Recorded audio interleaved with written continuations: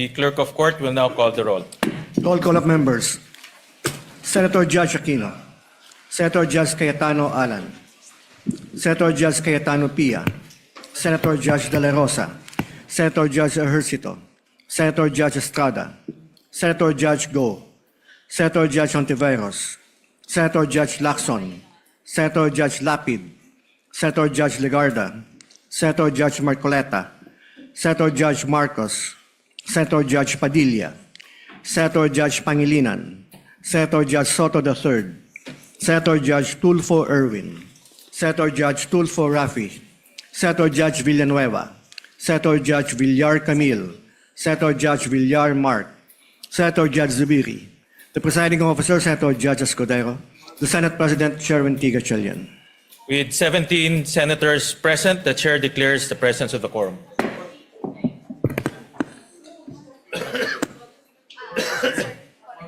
We note the presence of Senator Judge Bongo. We have 18, and Senator Judge Amy Marcos. We have 19 senators present. We have 18 senators present for the record.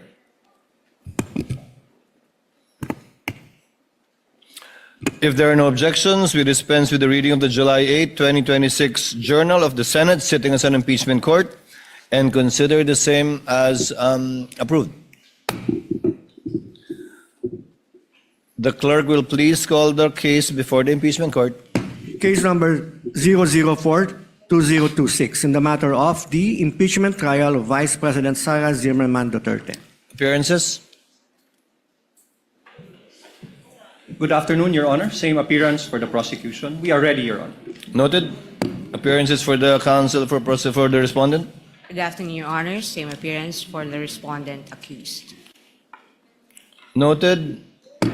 Prosecution, call your next witness. Your Honors, before we... Senator Rafi Tulfo is seeking recognition. What is the pleasure of Senator Judge Rafi Tulfo? Thank you, Presiding Judge Escudero. Short inquiry lang po for the defense, particularly kay Attorney Mark Biduan. Attorney Binuan. During the last hearing, when you delivered a manifestation in reply to the prosecution's statement regarding the fourth article of impeachment, you said, and I quote, "The truth of the matter is this: she and her family were threatened, and while her response was unconventional, it was justified. What triggered her response was a question about Operation Romanov, which is the plot to eliminate VP Sara and her family." End of quote. Now, Attorney Binluan, this Operation Romanov that you mentioned, are you referring to the Operation Romanov mentioned by the blogger Princess Maui during the online press conference of VP Sara?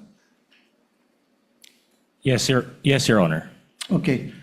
So the question was raised during the press con by this Princess Maui, but I did not see her name sa list of defense witnesses in the pre-trial order.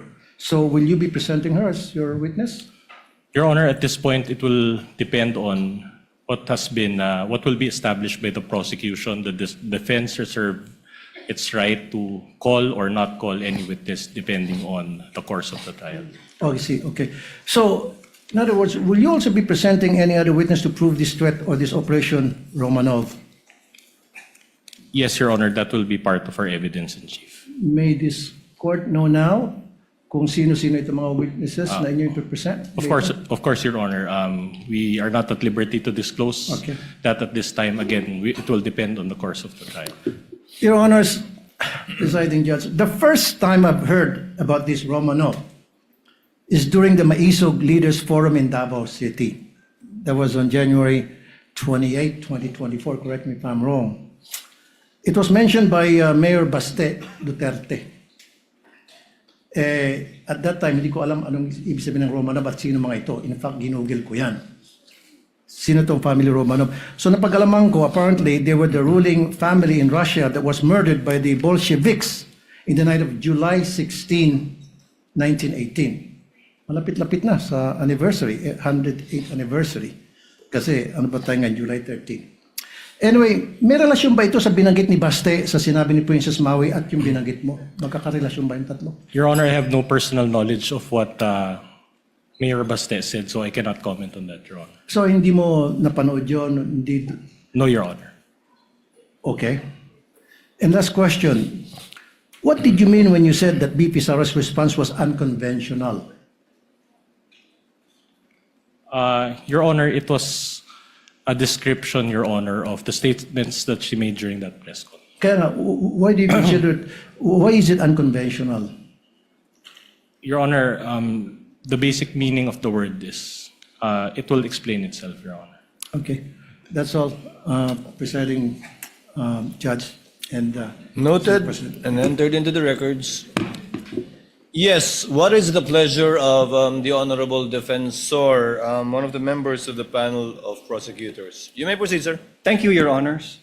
Your Honors, before we proceed with the examination of our second witness, Your Honors, the prosecution is in receipt of a letter dated July 10, 2026, from NBI Director Melvin A. Matibag, requesting that his testimony be scheduled or calendared at the earliest setting, considering that the National Bureau of Investigation, Your Honors, has been invited by the Federal Bureau of Investigation in coordination with the Royal Thai Police for a regional summit on scam center compounds and transnational organized crime.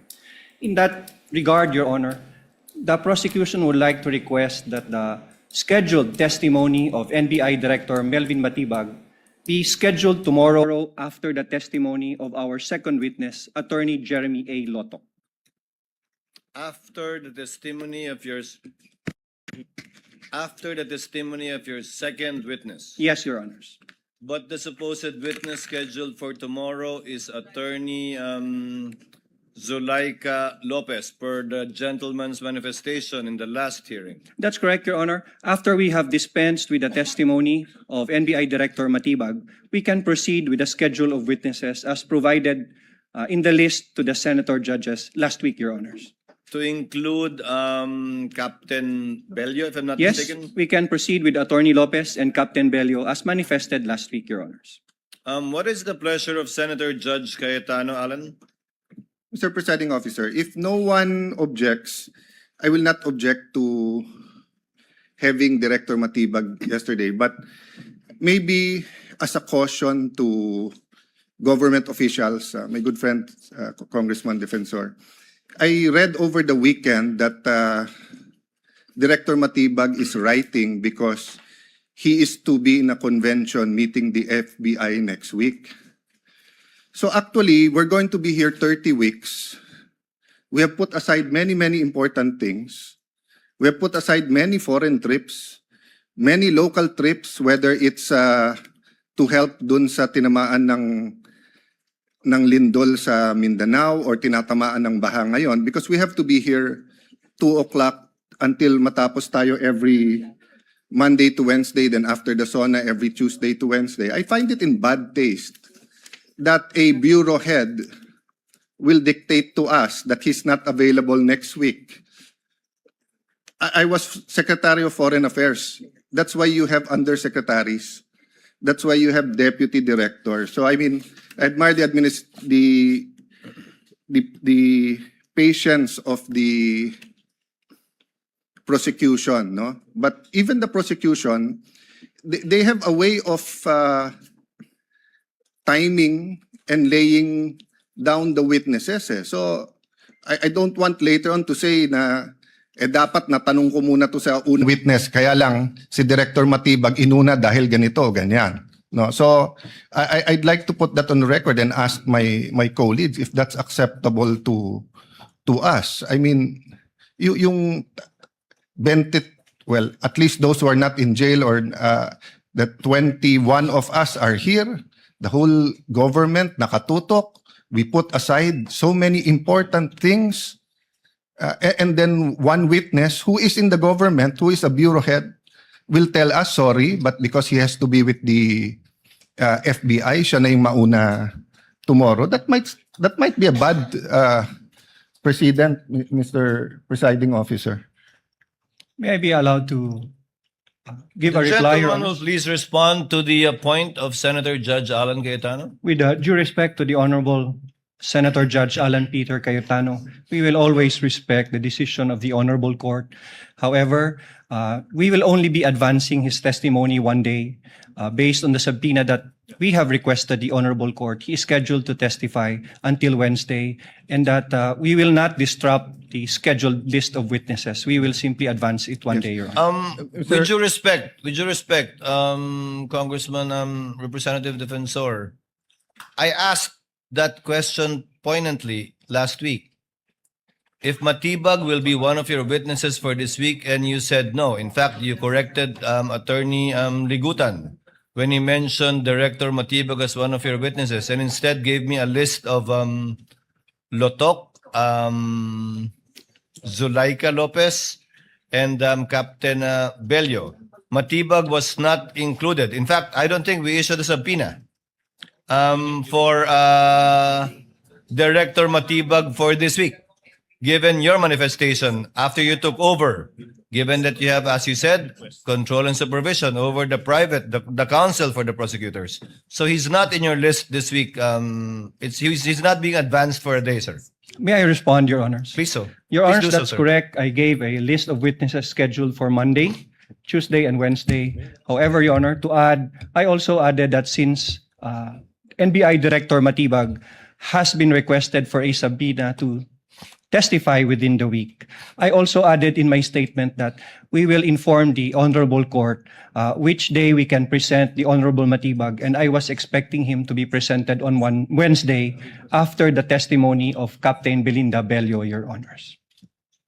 I confirm that, but the situation is, given the one witness per day rule that we supposedly have under the rules of court, no subpoena has yet been issued to Director Matibag to appear this week. Can the clerk of court kindly confirm that for us on the record?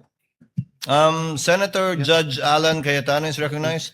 Actually, my statement and my question to the court is not really addressed to the prosecution. You will have to do the best you can to represent,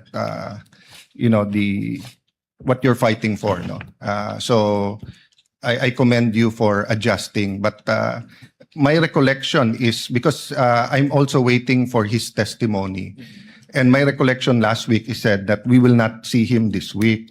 And I think 11 days, no? 11 days ang That's correct, Your Honor. sa article na to. So we're on day 4. So kung hindi siya pwedeng next week, that's day 7, 8, 9. Again, I don't want to dictate sa prosecution or ano, but to suddenly say na tomorrow na siya, when I'm preparing for our oral argument tomorrow and the other witnesses, is a little bit, it's a small inconvenience for today. But I hope it doesn't become a rule, especially for a bureau head. I mean, if no one else objects, but if someone objects, I don't think it's really a good rule. Rules are important. I'll have to keep, you say technicalities. No, rules are important. So even yung notice, we agreed on, presiding officer, 3-day ba? 5-day notice. 5 days for witnesses not mentioned in the pretrial order. And then 3 days kapag 3 days, given the fact that we will be announcing the witnesses for the following Yes. week on the last day. Yeah, anyway, I said my piece, but I hope we will not be able to move faster if we have to accommodate the witnesses, especially if they're in government. May I add something, Your Honors, before we... the Honorable Defensor, presiding officer would like to hear from the counsel for the respondents. Attorney Binlon, what say you? Yes, Your Honor. We would have to oppose on the basis of the following. Number one, it will be in violation, Your Honor, of the impeachment court's directive that was given last week, insofar as the identities of the witnesses and as well as the order of the presentation. Number two, Your Honor, it will be, again, as mentioned by Senator Judge Cayetano, a violation of the 5-day notice rule. Since while he was subpoenaed the week before, Your Honor, we are learning that he will be presented this week. So the 5-day notice will not be observed. Number three, the prosecution cannot compel also the defense and this impeachment court to present witnesses according to their schedule, considering also that these witnesses have already been identified and determined. Of course, it will be a violation of the basic tenets of fair play, and to join again the manifestation of Senator Judge Cayetano, it will set a bad precedent insofar as surprise witnesses will be allowed at any point of the proceedings. Number 5 would be, it will also violate our right to cross-examine intelligently. We have done our best to prepare for their witnesses. However, these last-minute changes really affect the preparation involved, Your Honor, and insofar as laying down the case that we want to establish. And finally, if there are violations of these preceding rights, there will be a violation of procedural due process, also in Bangkok, Thailand. So we would have to, again, manifest, and we would have to study, Your Honor, the invitation and counter-check and do the proper verification as well. So that if it is indeed viable, then we would understand, Your Honor, why it has to be attended to by Director Matibag, Your Honor. Senate President Gatchalian is recognized. You may proceed, sir. Thank you, Mr. Presiding Officer. Sinusuportahan ko po yung statement ni Senator Judge Alan Cayetano dahil hindi lang naman po yung counsels ng prosecution at defense na naghahanda, pati mo mga senator judges naghahanda rin. At sa totoo lang ho, itong weekend, marami rin sa ating mga senator judges ay pinag-aaralan kung ano yung kanilang maitatanong sa mga testigong ihaharap po ngayong linggo. Marami po ay pinag-aralan po yung mga ebidensyang in-upload na ho para po sa ating mga senator judges. At hindi ho ito konting ebidensya, pinag-uusapan ho natin dito. Libo-libong mga papel at libo-libong mga ebidensya. Kaya kung bigla pong may isisingit na testigo, hindi ho rin makakahanda po yung ating mga senator judges sa kanilang pagtatanong at hindi rin ho nilang mababasa yung mga dokumento at ebidensya na nakakabit ho doon sa testigong iharap. Kaya napakahirap naman po na naghahanda ho tayo.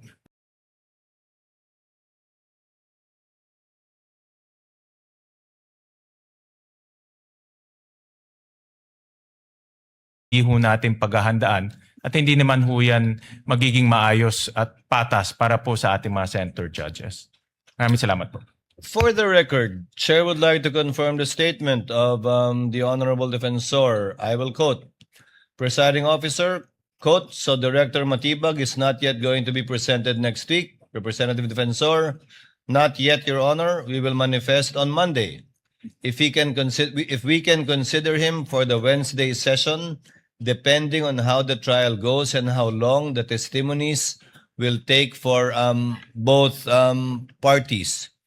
With the permission of Senators, Senator Judge Cayetano and the Senate President, may we defer our ruling on this matter and ask the counsel for the prosecution to submit to us the letter given to you by Director Matibag for us to be able to look at it, copy furnished, of course, the counsel for the respondent, so that we can adequately go over it. We submit, would Your that be Honor. possible? We will submit the letter. The Honorable Thank you, Court. Your Honor. So we shall do it that way. Kindly furnish a copy to the counsel for the respondents as well for their review. Yes, Your Honor. Your Honor, Counsel for respondent. For the prosecution is no other than Attorney Jeremy C. Lotok, Your Honor, please. We call to the witness stand Attorney Lotok. Kindly situate Attorney Lotok to the witness stand.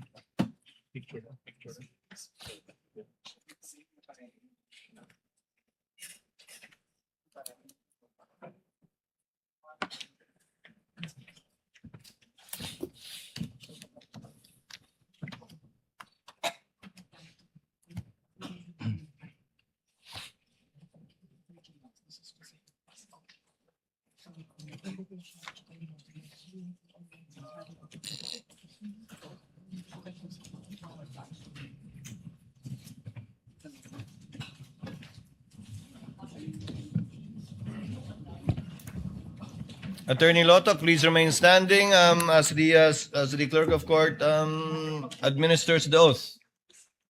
So far as the prosecution's second witness is concerned. Clerk of court is recognized. Please raise your right hand.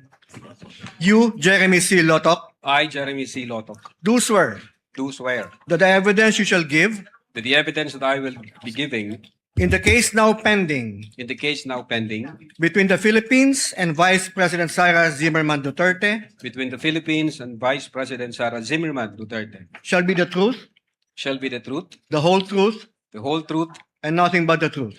and nothing but the truth. So help you God. So help me God.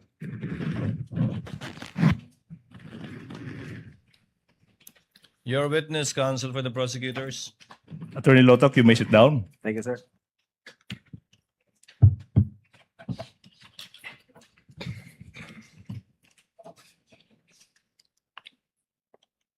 Your Honors, the testimony of our second witness, Attorney Jeremy C. Lotok, is offered to prove the following.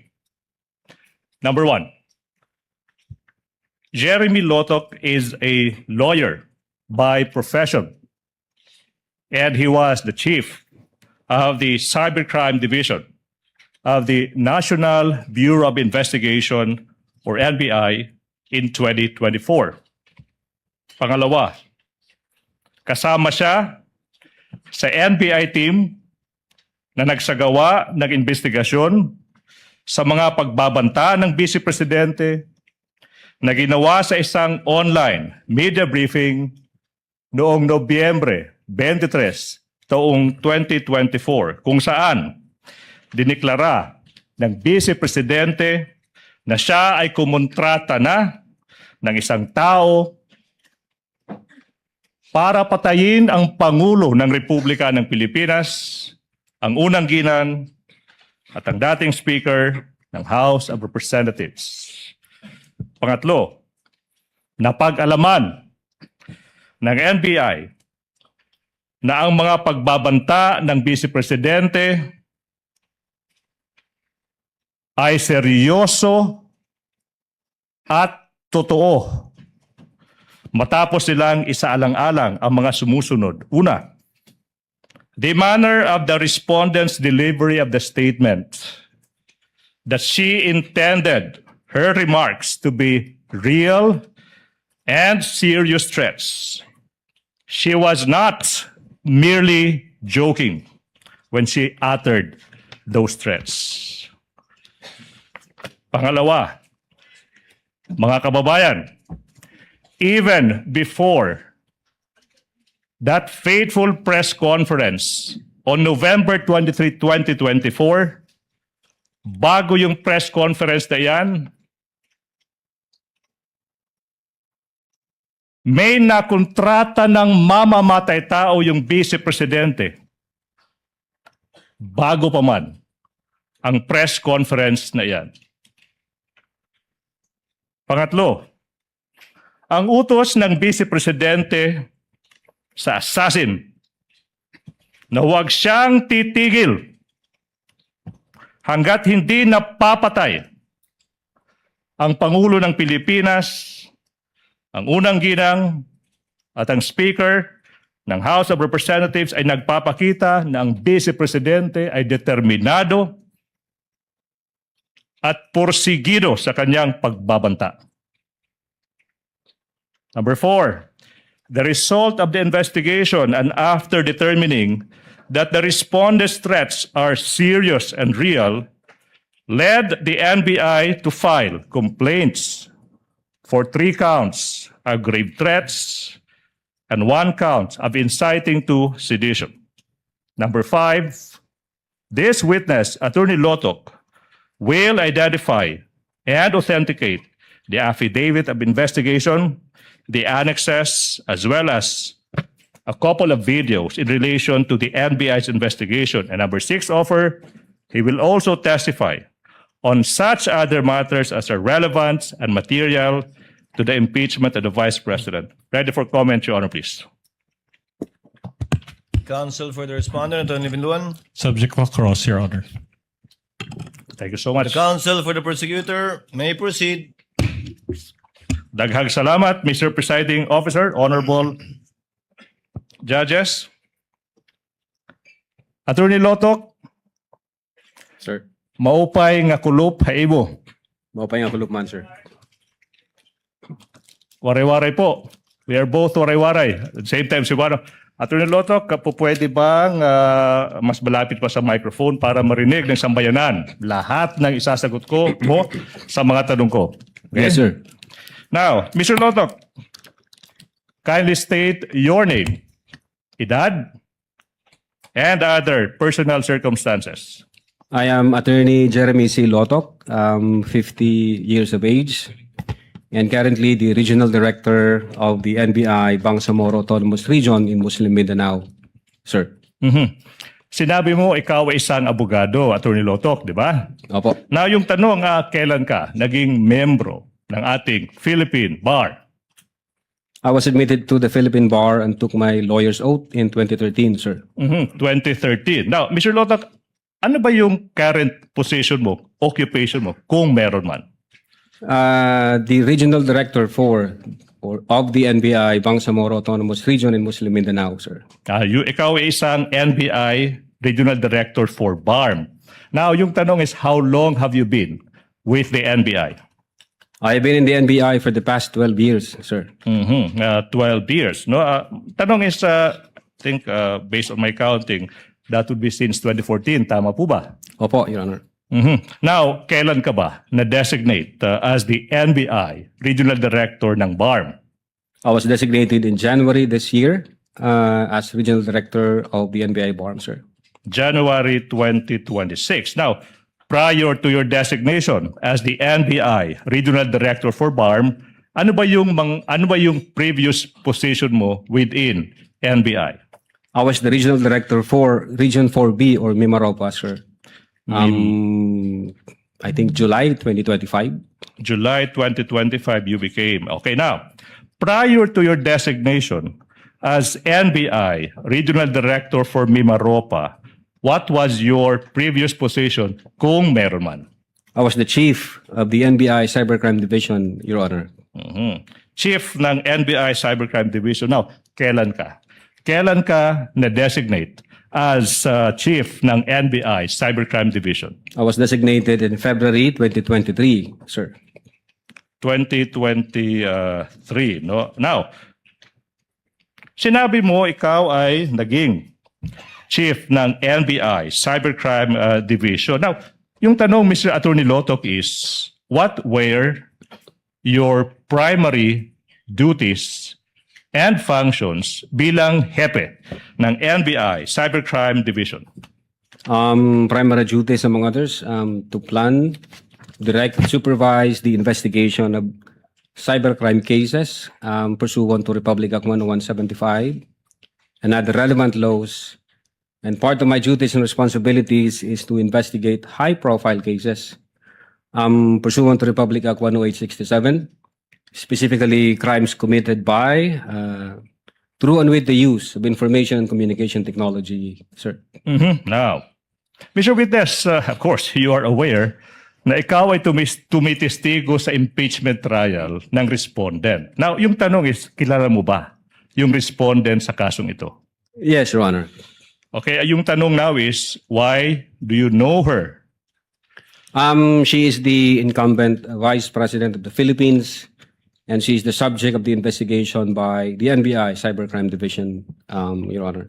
So, nasabi mo, she is the subject of an investigation ng NBI Cybercrime Division. Now, yung tanong, Attorney Lotok, is kailan ba? Kailan nagsimula yung investigation ng NBI Cybercrime Division on the respondent? November 23, 2024, sir. November 23, 2024. Yung tanong now, Attorney Lotok, is why? Why did the Cybercrime Division commence an investigation on the Vice President? We were directed by the then Director Judge IBB Santiago to conduct an investigation with regard to a certain video involving an online press conference held on November 23, 2024, where the Vice President uttered that she had already contracted a person to kill the President, Lisa Marcos, and the former Speaker of the House, sir. Now, yung tanong, Attorney Lotok, is sa pagkakaalam mo, or kung alam mo, ba't yung NBI yung inatasang gumawa ng investigasyon na ito? Well, under the law, specifically Republic Act 10867, the NBI has primary jurisdiction to undertake investigations on cases, among others, cases involving threats to security and assault against the persons of the highest officials, sir. So, threats or assaults on or against highest officials, sabi mo, di ba? Now, yung tanong, Attorney Lotok, is, sino ba yung mga highest officials na kung may threat or may assault sa kanila, NBI has to do it, an investigation? Sino yung mga officials na ito? Yes, Your Honor, they are the President, the Vice President, the Senate President, the Speaker of the House, and the Chief Justice of the Supreme Court, sir. All right. Now, so you mentioned Presidente, Vice President, tsaka yung iba pa. Now, you mentioned, Attorney Lotok, that the NBI conducted an investigation on the respondents' statements during an online media briefing on November 23, 2024. Yung tanong now, Attorney Lotok, is, what exactly did the respondent say on that day that resulted to the investigation? On that online press conference held on November 23, 2024, the Vice President uttered the following. Huwag kang mag-alala, ma'am, sa security ko sapagkat may kinausap na akong tao. Ang sabi ko sa kanya, pag pinatay ako, patayin mo si BBM, si Lisa Marcos, si Martin Romualdez. No joke, no joke. Nagbilin na ako, ma'am. Ang sabi ko sa kanya, pag namatay ako, huwag kang tumigil hanggat hindi mo sila mapapatay. And he said yes. Now, Attorney Lotok, no, yun yung statement. No? Now, sino ba yung mga membro ng investigation team na galing sa division mo, yung Cybercrime Division? We have Attorney Van Angluben, the then Executive Officer for Operations ng Cybercrime Division. Attorney Vanessa Asuncion, the Executive Officer for Administration back then. John Mark Kalilong, the agent on case, and myself, Your Honor. You mentioned Agent John Mark Kalilong, Yes, Your Honor. the same person who testified before you. Yes, Your Honor. Now, Mr. Witness, how did your division commence the investigation? I instructed the team, specifically Agent Kalilong, that for this particular case, we have to follow the 5 phases or stages of cybercrime investigation, sir. So you instructed John Mark Kalilong to follow 4 stages of the investigation? The team and John Mark Kalilong, sir. Now, you mentioned, Attorney Lotok, yung 4 stages ng Cybercrime Division for the information ng ating honorable judges sa kanyang publiko.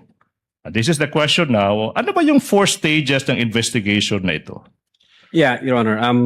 For that particular case, first, the identification and preservation of the digital evidence, the collection and hashing of that same digital evidence. That's the second phase. The analysis and attribution phase, the third one. And then the legal evaluation and case filing as the final phase, sir. So these are the 4 stages. Now, if you know, what was Agent Kalilong's response, and if any, sa naging instruction mo sa kanya na sundin yung 4 stages ng cybercrime investigation? Well, he said yes, and then he proceeded to identify. He proceeded to identify and preserve. Continue. Identify and preserve the digital evidence in question, sir. Now, You said and that you instructed Agent Kalilong to identify and preserve, na-mention mo, digital evidence. Yung tanong now is, what is this evidence that you are referring to? It refers to a certain video, Your Honor, involving an online press conference held on November 23, 2024, which was streamed through the Facebook page of one attorney Herminio Lopez Roque Jr. or Harry Roque, Your Honor. So it was the Facebook page of Harry Roque who live streamed the video. Yes, Your Honor. Okay, now, Mr. Witness, after Agent Kalilong identified and preserved yung sinasabi mong video, which you said is the first stage of the investigation, ano yung nangyari after that kung meron man, tsaka kung alam mo? Yes, Your Honor. The agent on case proceeded to collect that digital evidence and generated hash value on that digital evidence, and at the same time stored that in a data carrier, Your Honor. Alam mo, Attorney Lotok, this is the first time na narinig natin yung term na hash value. And I think it's just proper na yung next question ko para malaman ng publiko, Attorney Lotok, ano ba yung hash value na yan? Well, under the implementing rules and regulation of Republic Act 10175 or the Reorganization and Modernization Act of NBI, hash value refers to a mathematical algorithm applied to the information like the file, the physical disk, or the logical disk, in this case, the digital evidence, thereby creating a digital fingerprint or DNA for that information or digital evidence, Your Honor. So to create a fingerprint for the video, is that what you're saying? Yes, Your Honor. In this case, the video. All right. Now, Mr. Witness, after the identification, preservation, collection, and hashing, so far these are the two stages, what happened next, if any, in relation to your investigation on the Vice President's statement? We proceeded to the analysis and attribution phase. Now, ano yung nangyari kung meron man, tsaka kung alam mo, in this analysis and attribution phase? In the analysis, we established the intent, the motive, the capability of the Vice President to carry out the threat she mentioned, as well as we proceeded to identify the individuals present in that press conference on November 23, 2024, sir. Okay, so sinabi mo, you proceeded to identify the different individuals in that video. Siguro yung publiko, they're now interested. So, what happened? What happened pagkatapos yung mag-proceed sa pag-identify sino ba yung nasa video na yan?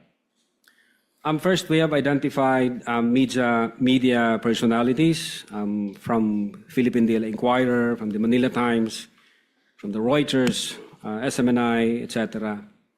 And then we have also identified the Vice President herself, who in her presence, openly and publicly, uttered that she had already contracted a person to kill the President, Lisa Marcos, and the former Speaker of the House, and instructed the person to be relentless in killing the three.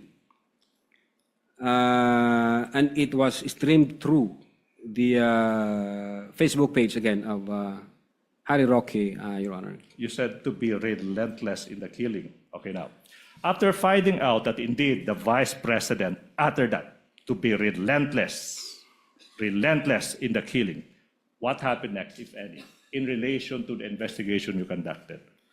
We continued the open source investigation to determine if there were utterances made by the Vice President in previous dates, Your Honor.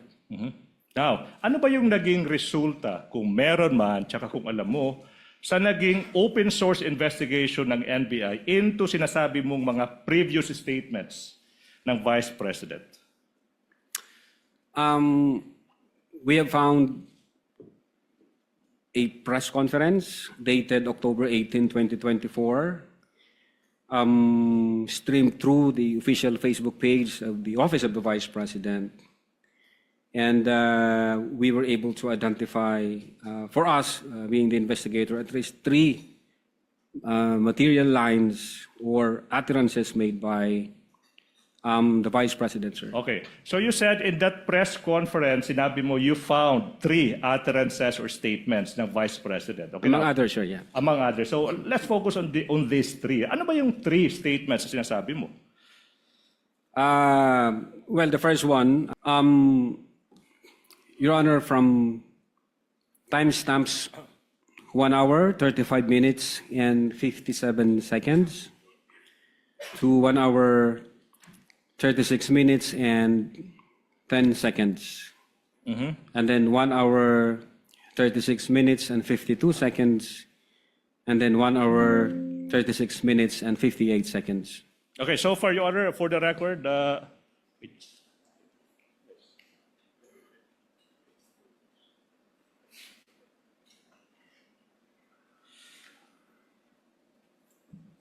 okay, Your Honor, please, sorry. The gentleman mentioned 2 timestamps. So question, if those portions, okay, are shown to you, will you be able to identify the same? Yes, Your Honor. Your Honor, at this juncture, Your Honor, please, the video has already been identified, marked and identified by our previous witness, and it is marked as Exhibit P-Roman numeral 4-11 for the prosecution. We move that these 2 portions with individual timestamps, as mentioned, be shown to this witness for his identification, Your Honor, please. Where is the USB, counsel? Your Honor, we move that we be allowed to unseal the marked exhibit, Your Honor, please, that was presented last time, Your Honor, please. It's with us. It's with the prosecution. Kindly unseal the document in the presence of the counsel for respondent. This has been previously marked. So after the unsealing, counsel for the prosecutor.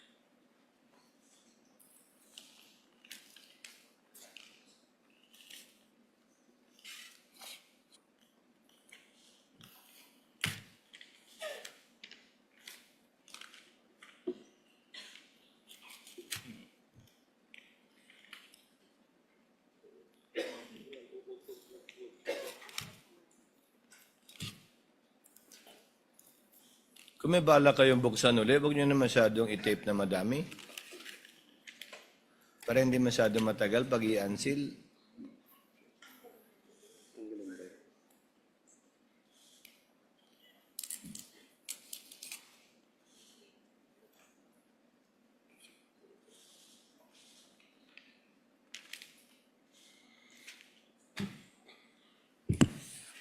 For the record, this will be timestamps 1 hour, 35 minutes to 57 seconds to 1 hour, 36 minutes and 10 seconds for the first timestamp.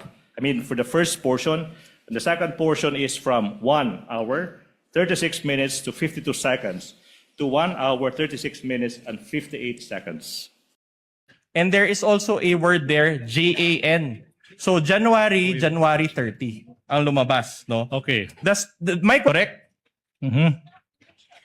Well, No, wala akong hawak na document ko, You Your can Honor. perceive it. And Kung mind you, yung- these are kung- not our documents. These are part of Annex G9 of the Articles of Impeachment. So these are not our documents. Your Honor, I would like to object now. The witness already said that he is not aware as to the actual filing because he only asked his agent on case to investigate. And then now the witness is now being propounded to question as to what appears on the stamp as to the time or date of receipt by the DOJ. So the witness said he is not competent to answer that. Your Honor, please. Oh, wait, I'm not done. That's the first one, Your Honor, please. No need for the court to rule, but I am registering my continuing objection to this series of questions as to the prior affidavit of investigation, when in fact, this witness already said that he complied with all the requirements by the DOJ and came up with a February 10, 2025 affidavit investigation. So I move that it be noted, Your Honor, please. The continuing objection. of counsel for the prosecutor is noted, but counsel, as pointed out by counsel for the respondent, this is part and parcel of the complaint Yes, ma'am. that the panel of prosecutors filed before this court. If the witness knows, he may answer. So the question is, the SAM says Department of Justice, correct? It's a very basic question. Again, I don't know, Your Honor. No, based on this document, Argumentative, Your Honor. the only question is, it says Department of Justice, correct? As I've said, Your Honor, hindi ho ako ang nag-file. May inutusan ho ako. Do you see it in the screen and Your do you Honor, see it the in the hard witness- copy? Counsel asked and answered, move on. That's Okay. the response of the witness. So will you agree that considering that this was supposed to be received by the DOJ, it is only the DOJ that has the authority to change the date? Again, you asked the DOJ, sir. Wala ho akong Exactly. idea dyan. All right. Counsel for the prosecution, kindly avoid. All right, but side remarks. this is not from the DOJ. This is your copy. This is a receiving copy. So when you receive back your receiving copy, you did not bother checking this portion? Your Honor, hindi ako personally nag-receive niyan. But this is your affidavit of investigation. Objection argumentative, Your Honor. Asked and answered. Asked and answered, move on, counsel. All right. My question to you now is this. The discrepancy is not 1 day or 2 days. The discrepancy is from Feb 12 to January 30. So it is a substantial discrepancy. My question to you is this. Who changed this Objection. date? Objection, Your Honor. That's misleading, Your Honor. My goodness, that's misleading. This counsel is assuming that somebody changed what? The counsel failed to elicit any answer from this witness, and now the counsel is conceiving that somebody changed that and confronting our witness with that. Misleading. This is the classic case of a misleading question. Counsel- You assume something that has yet to be established. That's not how we do it, with all due respect. Counsel for respondent, I think you made your point and you gave a copy to the senator judges, and we see your point. All right. Go on. But my more important observation is this. Objection, Your Honor, please. You are supposed to ask questions. and Yes, not I will. make I will go to the observations. question. I will go to the question. Kindly allow counsel for respondent to finish his question. He may just still be laying the basis. You may Thank you, proceed, Your Honor. counsel. That's precisely for what respondent. I'm doing, Your Honor. Can I direct everyone's attention to the date appearing at the bottom portion of this document? Well, It says counsel- here- Counsel, technically not everyone, just the witness. Yes. And let's see if the witness can answer your question. It says here February 11, 2025. So in other words, it was and it says here subscribed before NBI agent Ricarte. In other words, the date of the document is February 11, but it was received on January 30, 2025 by the DOJ. Do you have any explanation for this? That's the Objection, question. Your Honor. Objection. This witness is incompetent to attest to that exactly because he said he is not aware of this series of facts. I know where the counsel for respondent is going. Unfortunately for him, his line of argument was already nipped in the bud when this witness said he is not aware of that. He should move on to other points. Your Honor, the witness said that the investigation date, this investigation data form was attached to the original affidavit of investigation. And we want an explanation why there is a discrepancy on the date. The witness is a lawyer.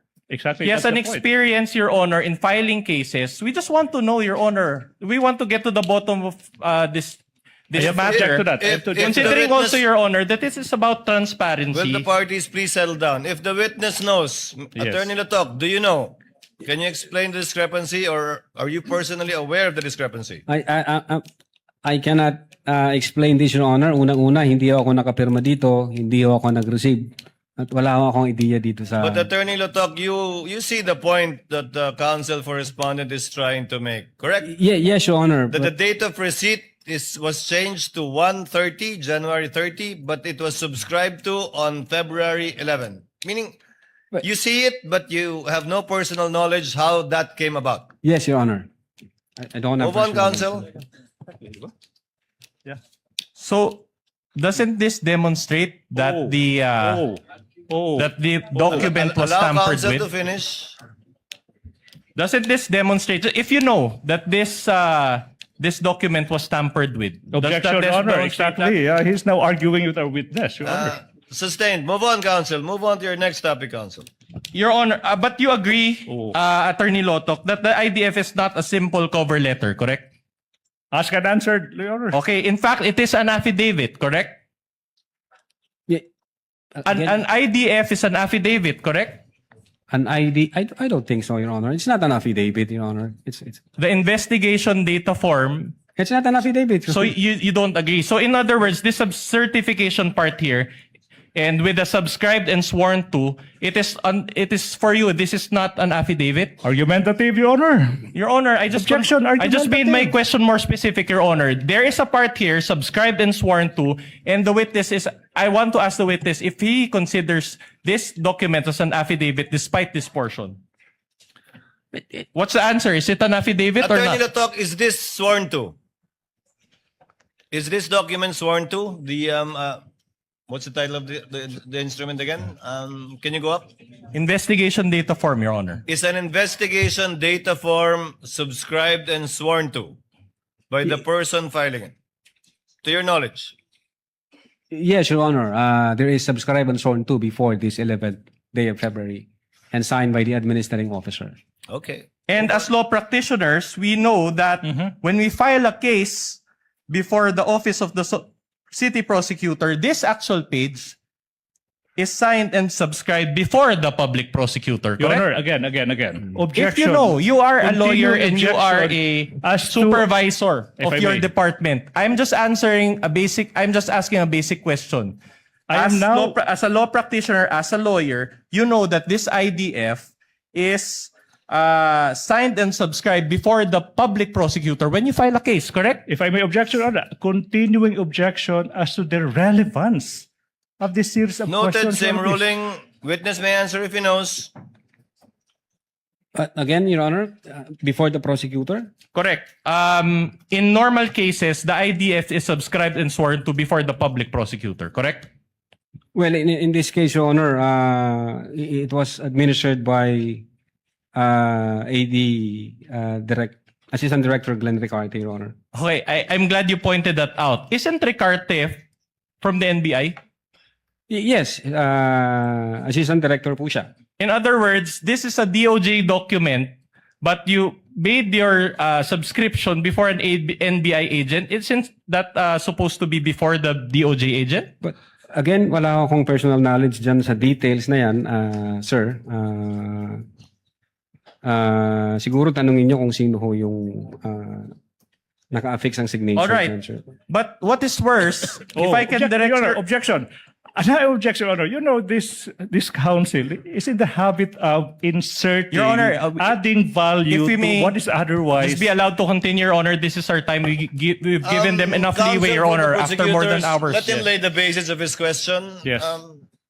All right. Can I direct your attention to the upper right portion of this IDF? It states docketed 3/7/2025, and there is a docket number XVI-INV-25C-00048. Again, this is not with the source of this document is not the DOJ. This is your receiving copy, correct? In fact, this was part of the subpoena documents which you sent to the House of Committee on Justice, correct? Objection. Compound questions. 2 questions. Okay, I'll Kindly reform, counsel. so, all right. My question is this, okay? So, do you confirm that there is a marking on the upper right which says docketed 3/7/25, and there's a docket number assigned?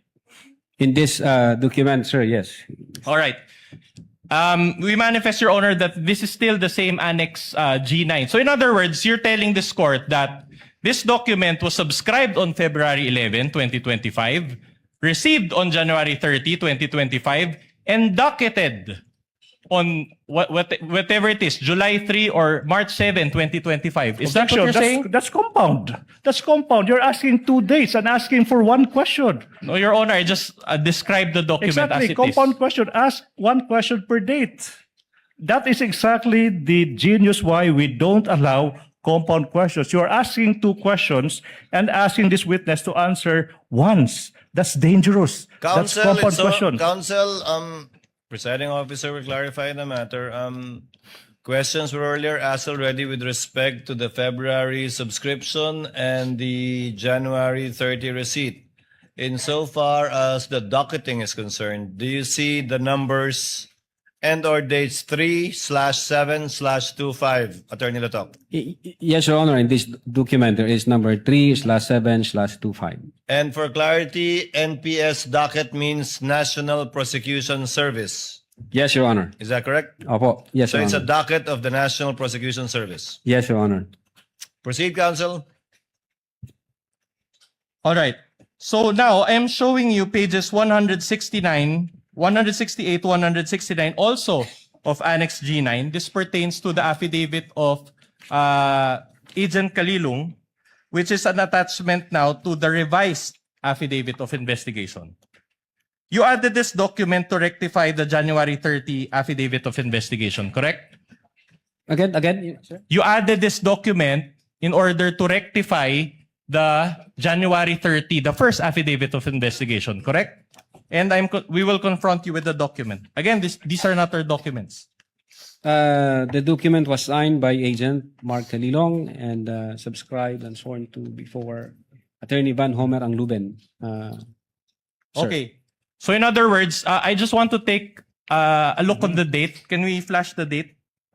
So when you received the February 5 certification from the DOJ, you executed this, and it was February 10. Objection. correct? No, I'm not the one that's who now executed misleading. it. No That's misleading. It's Agent Kalilo who executed that, and then you're asking you executed that. That's misleading. No. It's clear But on the record. But this is part of the revised affidavit of investigation, which this Objection, witness revised. co-signed. The If he witness knows- already said if that he they knows. did not revise it. They just complied. Misleading, or Oh, you want to go? misleading. Okay, since the Counsel, kindly settle down. The question, Attorney Lotok, is did you add, in order to comply with the DOJ requirement, this affidavit signed by Agent Kalilong? And is the date February 10? Meaning in compliance with the DOJ observation, is this one of the affidavits that you added? And is it dated? Although I don't have my record, it appears so, Your Honor, based on the document shown to me by the counsel. Both as to the fact that it was one of the affidavits added and as to the date, Attorney Latok. Yes, Your Honor. Okay. All Move right. on, counsel. I am showing you another affidavit. This is page 178, 179 of Annex G9. This now pertains to the Geran affidavit. This was also an attachment to the revised affidavit of investigation. Objection correct? again, Your Honor, please. The continuing use of revise, when this witness already said that they did not revise anything, they just complied with the requirement. That's now misleading. Your Honor, just many to- times over, misleading. All right, just to put this issue at rest, Your Honor, I'm confronting the witness with a letter to Richard Anthony D. Fadulion dated February 11, 2025. And I want to read, Your Honor, the last paragraph thereof. It says, to support our recommendation, attached herein is the revised affidavit of investigation. This is not our document. This is the NBI's document. Can Attorney Lotok be confronted with this document, please? It Attorney was signed. Latok, please answer. Yes, Your Honor. It was signed by then Director Judge Jaime B. Santiago. Can you confirm the last sentence for the record? Can you read it for the record? To support the recommendation, attached herein is the revised affidavit of investigation, including its attachment. Can you repeat the word before the word affidavit of Ask and investigation, answered, please? Your Honor. Ask Asked and and answered. answered. Then I'm not misleading after all. Anyway, Objection, Your Honor. That's an unnecessary statement. Counsel is supposed to ask questions and not make these remarks. Counsels, kindly settle down. We're about to wind up the day. all right. I'm showing you now pages, proceed, 178 to 179 of the revised affidavit of investigation. Can you be confronted with that document?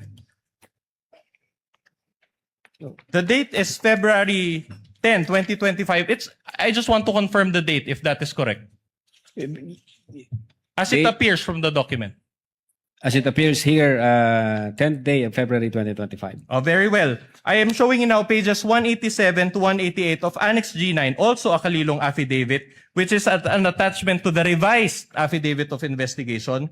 Can we flash the date of that document?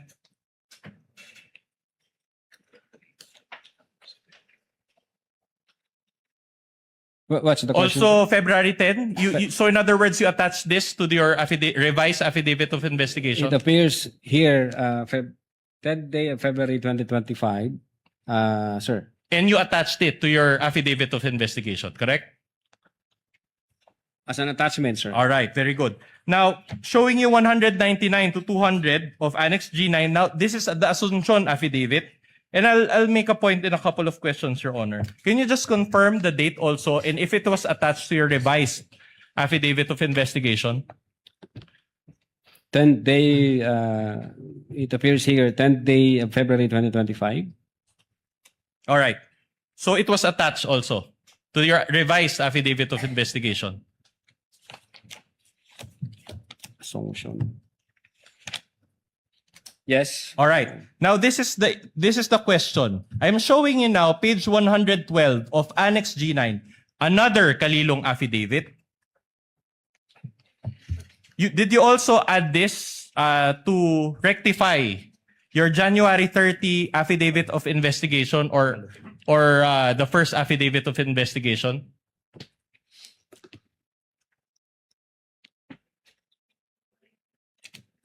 We have here a soft copy, affidavit of transcription. Was this also a document that was lacking in your first affidavit of investigation, which you added to your revised affidavit of investigation? Again, Your Honor, registering my continuing objection as to the relevance of this series of questions that is consuming the entirety of the defense's turn to cross-examine this witness. What's the relevance? Noted. Same ruling. Witness may answer. Again, Your Honor, the... Was this also part of the revised affidavit of investigation to rectify the defects that we highlighted a while ago? No, there was no rectification. There was no defect. Again, this is part of the compliance given us by the Department of Justice for us to comply. All right, if you want to use that term. So in other words, after you received the Feb 5 certification, this was also one of the documents that you attached to your revised affidavit of investigation. Correct? I believe so, part of the compliance. All right. Sir? My issue is this. Oh. Let me direct your attention to the bottom portion of this affidavit. It says here, in witness hereof, I have, can you zoom that in? I can't read it.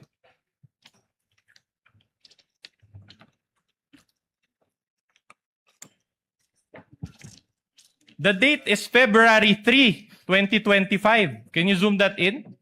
So in other words, you are trying to convince this court that when you... What's the question? What's the question? This is the question. Are you trying to convince this court that you executed this affidavit prior... Objection, misleading. He did not execute not. the No, sorry. You attached this affidavit prior to the Feb 5, 2025 certification? Prior to what, Your Honor? February 10? Okay. You received a certification on February 5, 2025, Yep. correct?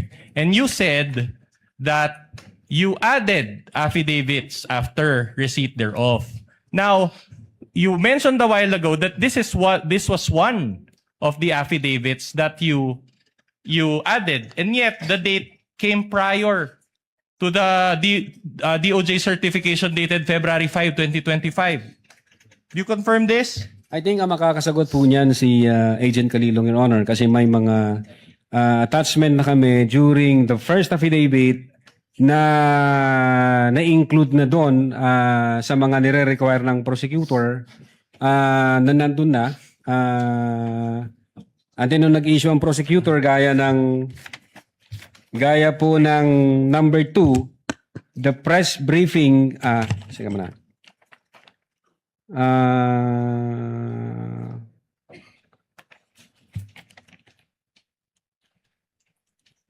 Ito, Your Honor, gaya ng Number one, there is no affidavit of the persons who recorded the video entitled BP November 23 Press Con at Batasan through OBS.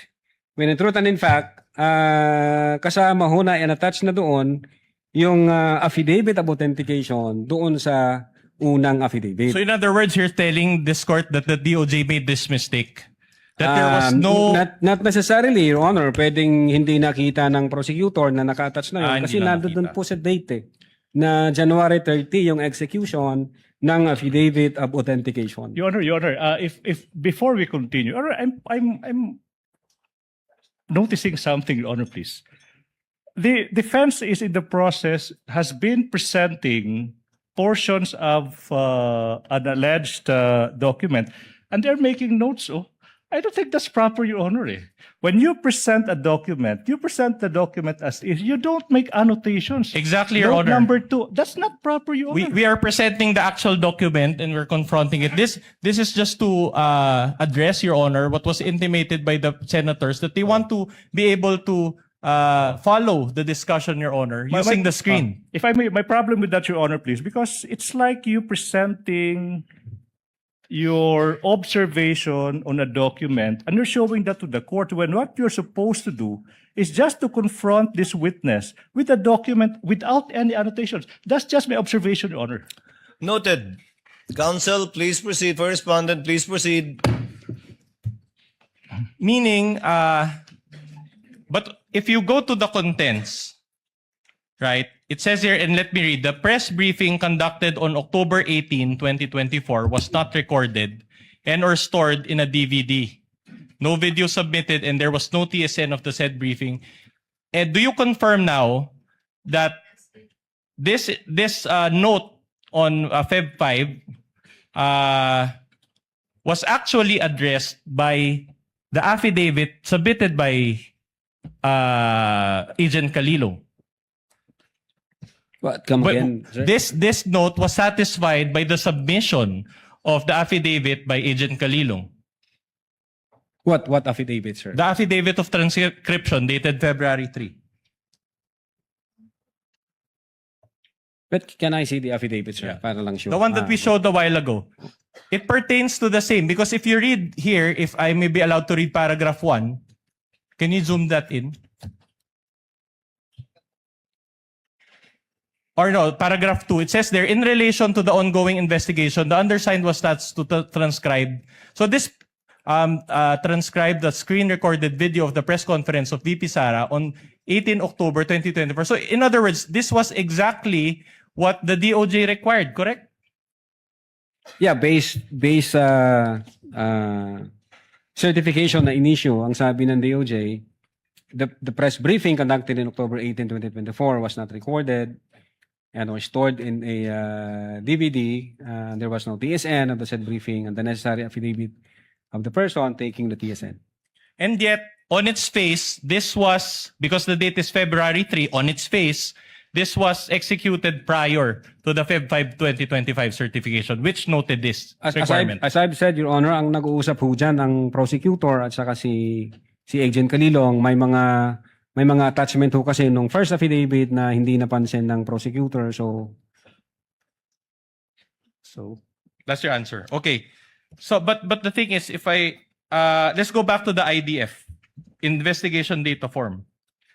Now, the docket number that is indicated here is XVI INV 25C-0008. But in the Feb 5 2025 certification, can we flash that? The docket number is different, appears to be different. It's XVI EVAL-INV 25A-0049. Moreover, in the subsequent DOJ certification dated Feb 14, 2025, the docket number is also XVI.eval-INV-25A-0049. Do you confirm the difference in the docket numbers? Your Honor, no personal knowledge, and DOJ ho ang naglagay ng docket number na yan. But do you confirm that it was different? These are all received copies. Ask and answer, Your Honor, please. Ask and answer, argumentative. No, the question, the answer is Ask not and answer, responsive. counsel. Move on. So in other words, despite the discrepancy in numbers, you still decided to push through with the case. What, Your Honor? Despite the discrepancy in docket numbers, you still decided to push through with the handling of this case, correct? Again, I cannot confirm on the numbers because it's the DOJ who placed that number, sir.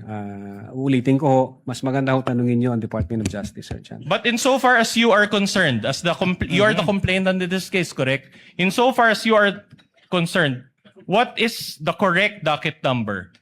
Is it the one ending in 0049? I will now object. Or I will is now it the object. one ending in 004? What they used, Your Honor? I will now object on the ground of misleading. You showed two docket numbers which appear different. And you have yet to establish that there is a wrong one and a correct one. And you have not established that. This witness said he is not aware of that. You have not established that there is something to be corrected. That's why the objection now, Your Honor, please. That's misleading. You assume that something is wrong that has to be corrected. Misleading. Counsel, witness is not competent to answer your question. He already responded that this is a DOJ format. He is not aware, and that it might be proper to ask the DOJ instead at the proper time. Move on with another point, counsel. I think we've unless there's another inconsistency, you can move on to another inconsistency or another point. Your Honor, just one last on this point. But in terms of what you followed, because as we know, you submit subsequent pleadings as to these two docket numbers. Which one did you follow? The 00048 or the 0049? Well, I don't have the record here, Your Honor. If I can check my own record. Do you have it Can with you you do now? that now? Counsel, can you give him a copy of his record? Yung full record. Tingnan ko. Yeah.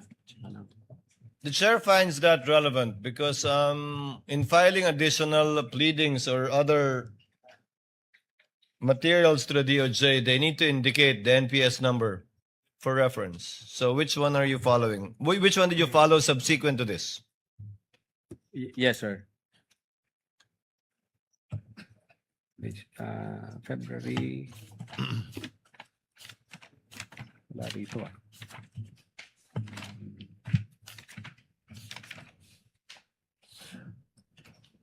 Ito ba?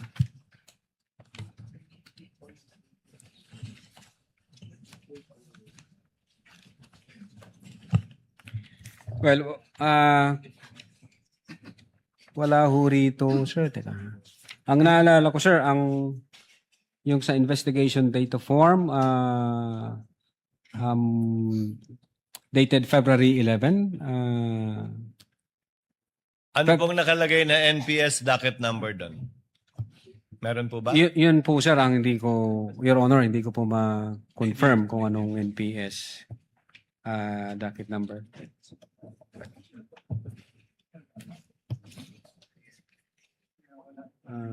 Ito ba yun?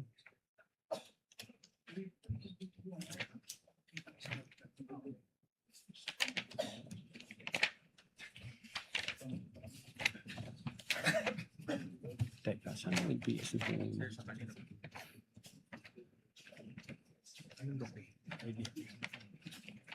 Your Honor, may we just manifest for the record that the witness is perusing the IDF investigation data form that is attached to the articles of impeachment, Annex G9. So noted.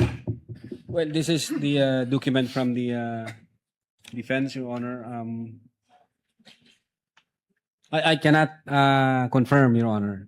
As of the Move on, moment, I counsel. cannot confirm. But this is as received, correct? So in other words, you just received the document and you didn't bother to... Argumentative. To check. Objection. Counsel, let him finish, but indeed it is argumentative. Move on to the next question, counsel.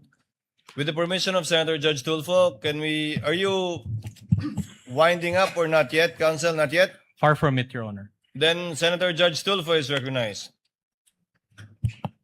What is the pleasure of Senator Judge Tulfo? Just manifestation. You may Mr. proceed, sir. Presiding Judge. And question as well. Mr. Witness, You have 2 minutes. okay. Mr. Witness, a lot of questions were asked to you regarding the filing with the Office of the DOJ, in particular, regarding the docketing, dating, subscription for an investigation data form. Now, can you tell this court what exactly is your role and what did you do in relation to the filing of this investigation data form? Ano yung pinaka-role mo talaga dito? I Yung papel mo talaga rito? Yes, Your Honor. I instructed the executive officers as well as the agent on case to file our referral to the Department of Justice. So sila na ho ang nag-ayos niyan, sir, insofar as the investigation data form, insofar as other requirements. Ang instruction ko is comply with the requirement given by the Department of Justice, and then you submit it, and then kung ano yung kanilang guidance, you comply with it. Okay, Mr. Presiding Judge, in my humble opinion, I think the errors in the investigation data form should be answered by the receiving office, and I think he's not, hindi siya talaga yung dapat sumagot sa mga katanungan na ibinabato sa kanya ngayon. Mukhang hindi siya really not qualified at sumasablay-sablay itong taon to. Thank you. Noted. Senator Judge Erwin Tulfo, thereafter Senator Judge Alan Cayetano. Quick question, Mr. Presiding Officer, to the witness and You to have 2 the minutes, sir. prosecution or prosecutor here. Mr. Witness, kailan mo ba talaga final itong kaso laban kay VP? Yung una na affidavit po, Your Honor, nag-file kami January 30, if I'm not mistaken.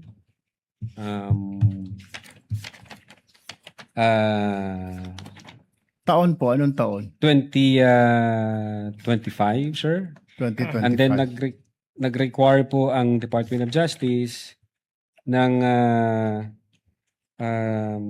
compliance dahil sabi nga nila nung una na certification insufficient for conduct of preliminary investigation and must be referred for a case build-up. Now, ang ginawa po namin, kinumply po namin yung kanilang mga requirements.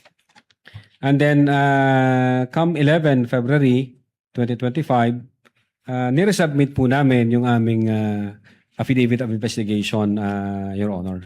Nasaan na po itong kaso? Naisampa na po ba ng DOJ o hindi pa? I think ongoing po ang preliminary investigation. 1 year, preliminary. 1 year, over 1 year. January to January is 1, February, March, April, May, June, July. Is that normal for the DOJ to conduct a preliminary about over a year, Mr. Witness? Di ko po masasagot, sir. Hindi ninyo Sorry po. masagot. Sa Could it DOJ. be, hindi po kayo nagtatanong sa kanila, Sir, ano problema? Bakit hindi po pa naisasampa sa korte yung aming isinampang kaso dito sa inyo? Hindi ko kayo nagtataka? Ang alam ko, sir, Your No, Honor, hindi kayo nagtanong po sa kanila kung bakit? May kulang pa po ba DOJ? Ano pong kakulangan? Pag ang referral po, Your Honor, is nasa DOJ na, hands off na ho kami doon. Sila ho ang magde-decide noon kung paano nila ipaprocess yung dokumento. Kaya nga, hindi po kayo nagtataka. Hindi kaya, sir, dito sa mga nakita po natin mga ebidensya rito, mukhang sablay-sablay, parang minadali ho ninyo. Ay kaya nagkakaproblema ho tayo sa mga korte natin na i-dismiss sa mga kaso dahil kulang ang mga dokumento at parang minadali. But nevertheless, you don't have to answer me that. Let me direct my question now to the prosecutors. Mr. Prosecutor, Yes. ito po mga ebidensya na nakita ho natin, hindi pa ninyo ni-review na may mga nakita, hindi nyo nakita itong inconsistencies. Doon nga po sa sinasabi ng defense na pinirmahan, sinubscribe, pero mas maaga yung ika nga pagtanggap. Your Honor, as to whether we perused that, Your Honor, please, unfortunately, we were not party to the preparation of this. No, but this was documents. submitted Yes, Your Honor. as evidence, right? Yes, Your Honor, Correct. please. Yes, Your Honor, please. That's why this Pero- witness is more than competent to answer that. But the main point of the prosecution, Your Honor, please, they already filed and complied with these requirements and addressed these defects, if you may, by filing a February 10, 2025 affidavit investigation. That's why, if you have observed our good Senator Judge, we have been objecting as to the relevance of this. Exactly because what is in contention now is the latest affidavit of investigation that is now pending before the DOJ, Your Honor, please. All right. And just a quick manifestation to the NBI. Mr. Witness, next time po pag nagsampaho kayo ng kaso, make sure, kaya nga I was asking you kanina, I already have this feeling something is wrong dahil sobrang tagal na sa DOJ ng kaso ninyo. There's something wrong with the case. Siguro po, next time, make sure na yung kaso isasampa ninyo is airtight. Tama po. Kasi madidismiss yan.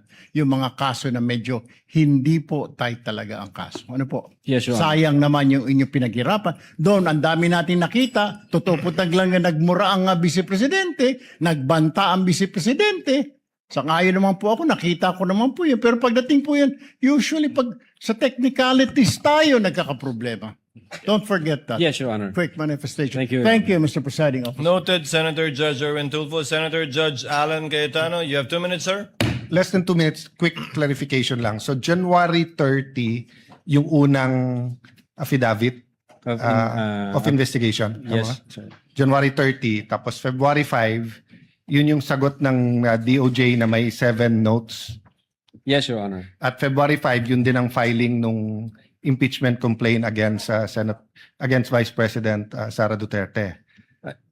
And then, which you said wala ka knowledge doon. I'm just looking at the dates. Then February 10, yung revised na dun sa mga ang ginamit ng DOJ word insufficiency, yung 1 to 7 na punuan, no? Or whatever the term is. So, ang sagot ng witness, sir, sagot mo yung February 3, baka attachment lang kasi nung una yon. Yes, sir, I think so. Sir. Pero hindi siya pwedeng attachment nung una kasi January 30 sinubmit yun eh. So, hindi ka naman pwede mag-submit ng January 30 na attachment mo February 3. So, you went 3 days into or 4 days into the future kasi may 31 yung January. Well, sir, siguro ang makakasagot po niyan si Agent Calilong, sir, since Okay, siya ang yeah. signatory doon. I don't think you can answer it. Point ko lang, hindi logical na it was an attachment sa January 30 because wala pang February 3 nun eh. So hindi pwedeng post-dated affidavit. Second question lang, sa parehong investigative affidavit of investigation na sinubmit, walang input doon ang PSG, ISAF, PSC, ISAF, CIDG. So kayo lang yon. A statement, Your Honor, yung in-attach po namin. Yes. So what I meant is that questions kanina nung many here, including the Senate President Win Gatchalian, na did you consult the investigation ng PSC, etc. So nung final nyo to, walang input directly or indirectly ang Presidential Security Command, ang ISAF, ang PNP, CIDG, and anyone else, the National Security Council. So purely NBI to. No personal knowledge kung merong correspondence ng ibang agency with the director. Sorry, hindi kayo pwedeng walang personal knowledge kasi ikaw nag-file eh. Ikaw nakapirma dun sa affidavit. So you would know whether dun sa affidavit na yon they had input or not. No Yes, one Your else Honor. could know because you're the one who signed it. Yes, Your Honor. In so far as the Cybercrime Division is concerned, kami po yun yung gumawa Yes. noon. So the answer is they had no input. Hindi ko alam kung... well, in so far as the affidavit is concerned, amin po yun, Your Honor. Now, kung correspondence between other agencies and the NBI, hindi ko na po alam kung may usapan Okay. yung Thank you. director Thank you, at saka ibang Mr. agency. Presiding Officer. Thank you. Thank you, Senator Judge Cayetano. Senator Judge Ontiveros. Thereafter, Senator Judge Ejercito. Am I correct, JV? Senator Judge Antiveros is recognized. You may proceed. You have 2 minutes, ma'am. Salamat po, Mr. Presiding Officer. Less than 2 minutes din po. Attorney Lotok, sa gitna nung DOJ certification dated February 5, 2025 at yung pag-submit nyo ng kumpletong affidavit of investigation na tinanggap na ng DOJ, may nagbago po ba sa di umanong sinabi ng Vice Presidente? Wala po, Your Honor. Wala. At sa gitna ng DOJ certification dated February 5, 2025 at yung pag-submit nyo ng kumpletong affidavit of investigation na tinanggap na ng DOJ, may nagbago po ba sa rekomendasyon ng NBI? Wala po, Your Honor.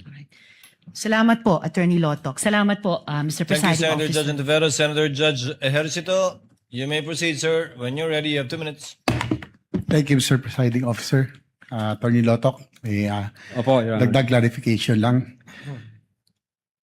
The DOJ pointed out in its certification, yung pong pinakita kanina, noong February 5, 2025, that the NBI is not the proper offended party to file a complaint for grave threats and referred its initial referral for case build-up. As a result of the referral for case build-up by the DOJ, did the NBI later submit affidavits or statements from the offended parties, namely si Presidente Marcos, First Lady, at si former Speaker Martin Romualdez? Hindi na po, Your Honor.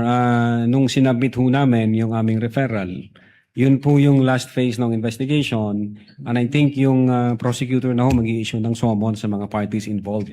Ang purpose lang ho namin to comply with the requirements of preliminary investigation po. But earlier sa inyo pong statement, sinabi nyo na ang isa sa mga factors no sa pag-evaluate ng threat, if it is really serious, is through determination of the relationship no between the parties. Sinabi nyo po yun kanina. Yes po, Your Honor. So did you try at least to get the statements of the President, the First Lady, or the House of or the Speaker of the House, former Speaker? Ang pinagbasihan po namin, Your Honor, yung official statement nila dun sa website ng Presidential Communications Office, and then yung public statement ng former Speaker during the plenary session on November 25, 2024, sir. So that was the basis yung pong nasa PCO website. So you did not bother to get the statements from the offended parties? I think nung nakita ko namin yung video na nag-issue ng statement yung presidente, na-establish namin yung requirement kung ano yung treatment ng presidente nung marinig niya yung utterances ng vice presidente. So, nung nakita namin yon na may reaksyon, ang sabi nga niya is nakakabahala. Based sa aming primary jurisdiction, nag-start to kami ng investigation, sir. Kanina rin, tinanong ko yung tungkol doon sa revised affidavit of investigation, no? Which you submitted after the DOJ referred to the case for case build-up in its certification doon nga sa February 5, 2025. You mentioned that is just a compliance on the part of the NBI. Your Honor, ito ho yung part ng evaluation at saka case build-up process. Pag nakita ho ng prosecutor na may kulang pang mga attachment para ho mabuo, maging pulido yung kaso, nagbibigay ho sila ng mga requirement. O NBI, kulang ka nito, i-comply mo to para maidakit natin sa preliminary investigation. So normal lang po yun, no? Sa investigation agency na magsabit ng additional evidence or revise the affidavits after the case is referred back by the DOJ for case build-up. As part po ng evaluation at case build-up process, nagtutulungan ho dyan, Your Honor, yung prosecutor and then yung investigator base doon sa requirement ng DC-15, Your Honor. You mentioned that, last point, Mr. Presiding Officer, you mentioned that the case before the DOJ is still ongoing. Yes po. So as of today, Attorney Lotok, there is still no determination by the DOJ if the case referred by the NBI should be filed in court because there is prima facie evidence of reasonable certainty of conviction. Well, Your Honor, wala pa po kaming nare-receive na any updates from the Department of Justice. Ang alam po namin is nasa PI pa ho siya, preliminary investigation process, Your Honor. Thank you, Attorney Lotok. Thank you, Mr. Presiding Officer. Thank you po, Your Honor. Noted and entered into the records. Attorney Binluan, you may continue with your cross. Your Honor, I believe that there's a hanging question. Insofar as the NBI is concerned, what docket number did they follow? 00048 or What's the response 0049? of the witness if he knows? Your Honor, I don't have the complete affidavit. So I cannot confirm, sir. So you do not know what NPS docket number the NBI is using whenever it files subsequent pleadings to the NBI to the DOJ regarding this case? Definitely there is that IDF, there is that NPS. Hindi ko lang po, Your Honor, ma-ensure kung anong NPS number po yon Ang ginagamit ninyo? ang ginamit. Pero nandoon po yon, Your Honor, naka-attach po yon sa affidavit of investigation. Proceed, counsel. So you cannot confirm which between the two. As at the moment, hindi ko po hawak yung... Yeah, but what if we show you, as I said, what if we show you the certification dated February, two certification, can you be guided? Ask an answer, Your Honor. Counsel, he already what's- looked at the what's the documents earlier before the senator judges intervened, and he couldn't. With Mr. Witness, Mr. Attorney Lotok, what document did you peruse earlier? The annex to the impeachment complaint, right? Annex to the... That was the document shown to you by counsel for the respondent earlier. yes, Your Honor. Upon your perusal of that document, can you say what the NPS docket number is that NBI uses? Your Honor, isa lang ho ang nandito na IDF.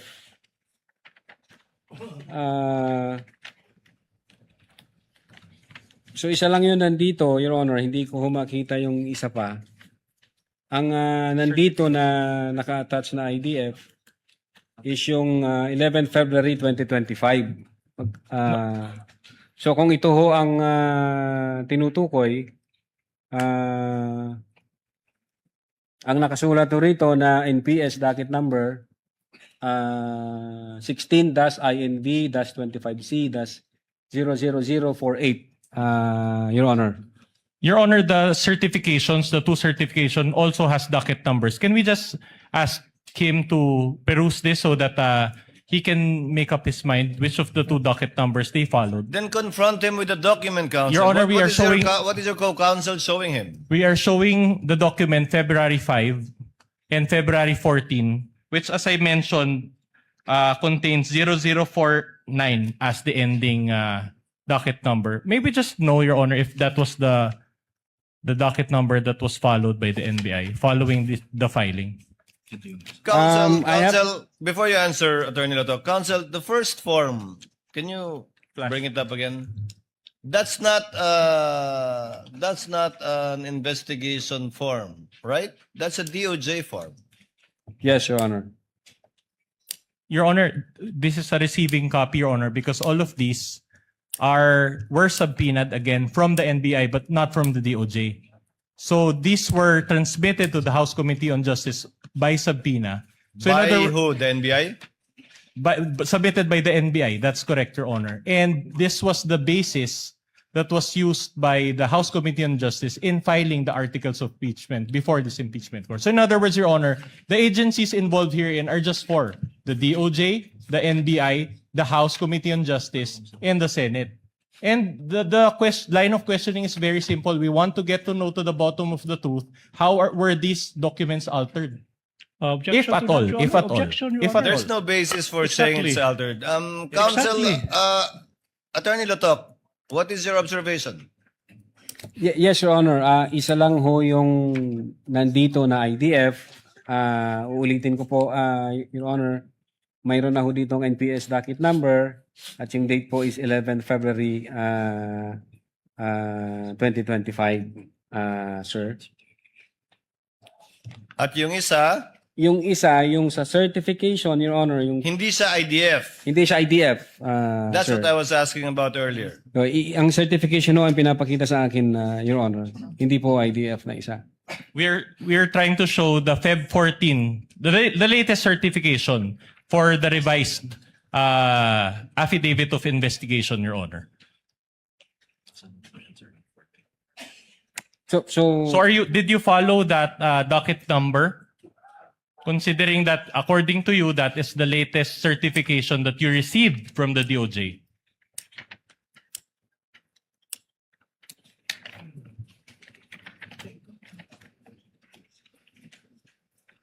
Your Honor, yung nandito na pinapakita sa akin is yung certification from the DOJ 05 February 2025 and investigation data form dated February 11, 2025. So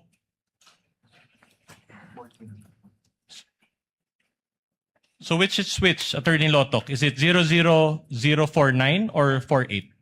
The earlier one or the late? I have here the second the second certification from the DOJ which says sufficient for conduct of preliminary investigation, reference number 16 -eval-inv 25A-00049, sir. So the 49 is the latest one and is thus valid. Is Yeah, that I what believe you're so. saying? Ito yung may sufficient for All right. Okay. Now, let me direct your attention to the subpoena issued against the Vice President on April 29, 2025. This is the subpoena. And the issue is that the docket number is 0048. In other words, the VP Sara was made to answer to the earlier case that was docketed as such. Do you confirm this? You were part of this, correct? As the complainant. Your Honor, can I object now, Your Honor, please? If I may, Your Honor, please. What's the objection? If I may, I will explain. May- Your Honor, I would like to object, Your Honor, please. This witness is incompetent because he is now being confronted with docket numbers supplied by agencies other than him. If he knows, Your Honor, That's he was exactly- the complainant. Your Honor, he Counsel- was the supervising agent. It says Counsel, there this is a complainant. DOJ document. Objection is sustained. Witness is not competent to answer these questions. You can call your witness to testify as to these documents belonging to the DOJ. Kindly move on, counsel. We've been at this for quite some I'll time. move on. My next question is, the NBI's own evaluation is merely recommendatory in nature, correct? yes, Your Honor, recommendation. Okay. It is not binding upon the DOJ, correct? The DOJ will assess, Your Honor, and evaluate. All right. the But it's not recommendation. binding upon the DOJ. No, Kindly the- answer the question, All right. Attorney Lotok. You're a lawyer. You know the answer to this question. yes, sir. It's not binding upon the courts, correct? If the DOJ Your report- recommendation, it's not binding upon the courts, correct? Yes, Your Honor. So in Filipino, para maintindihan ng lahat, kahit sabihin ng NBI, Ask and answered, Your Honor. Ask and answered. He's Kahit just sabihin ng translating NBI na his may grave- objection.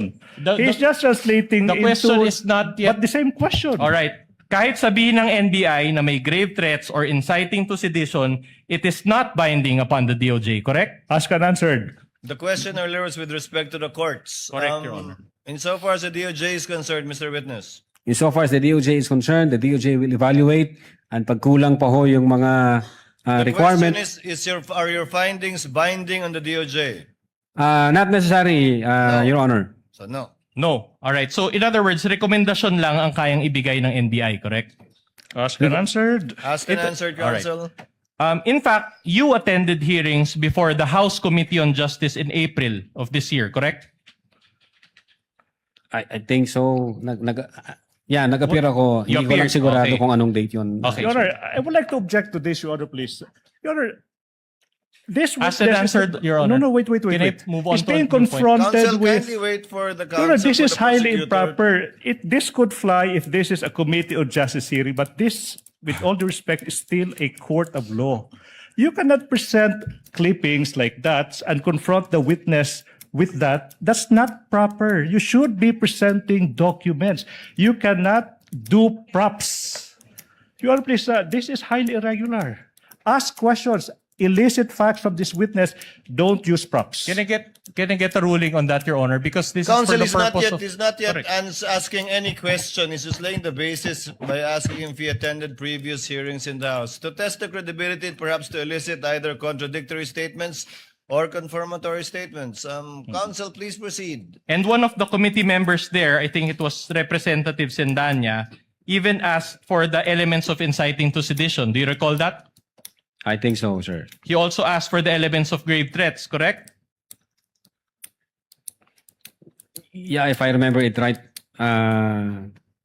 hindi ho ako ang tinanong yata. All right. Sir. It was another person, but also from Yeah. the NBI, correct? I think so, sir. All right. And the NBI explained the elements of these felonies during that hearing, correct? Hindi ho ako ang nag-explain noon. But another person from the NBI did, and you were present, correct? I think so, sir. In fact, Representative Luistro even asked that the salient portions of your affidavit of investigation be flashed on the screen during that hearing, correct? If you can recall.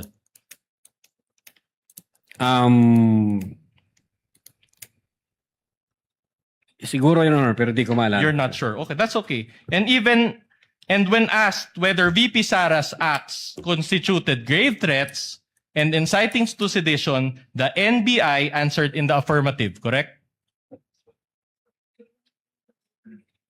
I think so, sir. Okay. Now, my next question is very simple.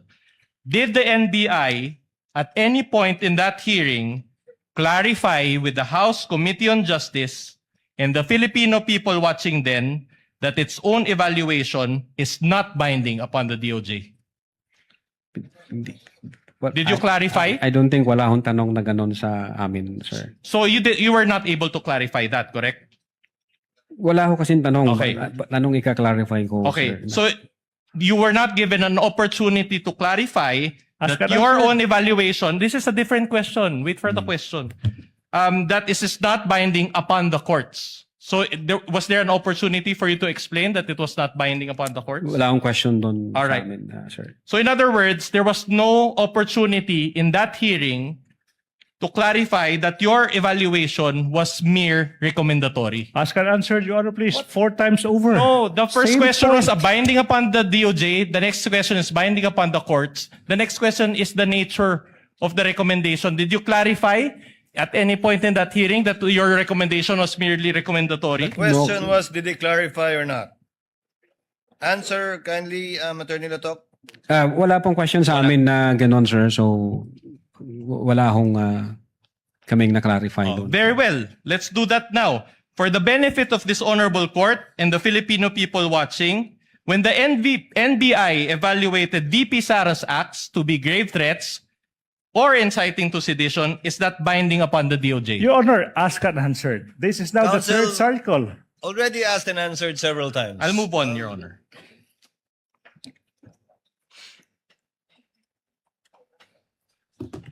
Will you agree with me that according to our laws, the authority to determine guilt or innocence of a person lies with the courts, Yes, sir. not with the DOJ, Yes, sir. not with the NBI? Yes, sir. Your Honor, Sir- I will now object now, Your Honor, please. Your If Honor, I may he's explain, competent Your Honor, enough to answer. Your Honor, he already may- answered. Counsel, kindly settle down. I know it's late and I know both parties are Can tired. I- Kindly wait for the chair to recognize you before speaking. If I may be recognized, Your Honor, Yes, please. I am Attorney now Ligutan. objecting on the ground of relevance of this series of questions.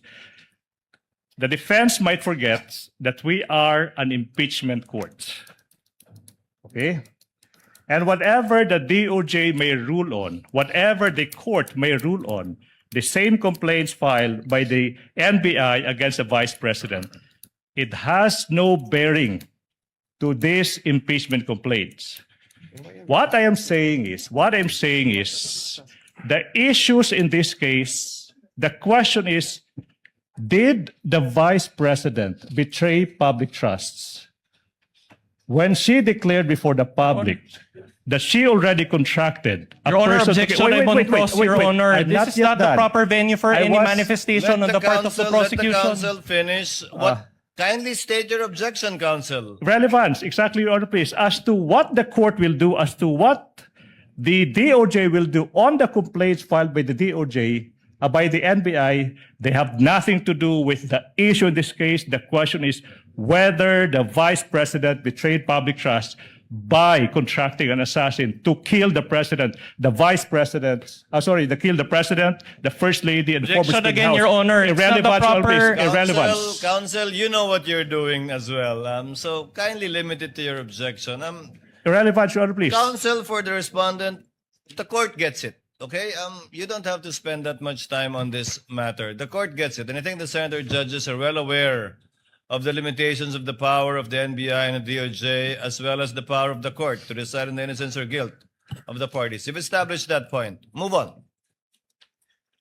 In other words, it is only the proper courts that can determine the guilt or innocence of VP Sara in terms Same. of grave threats or inciting to Counsel, sedition. It's a direct question, Your Honor. Counsel, all asked and answered. Kindly move on.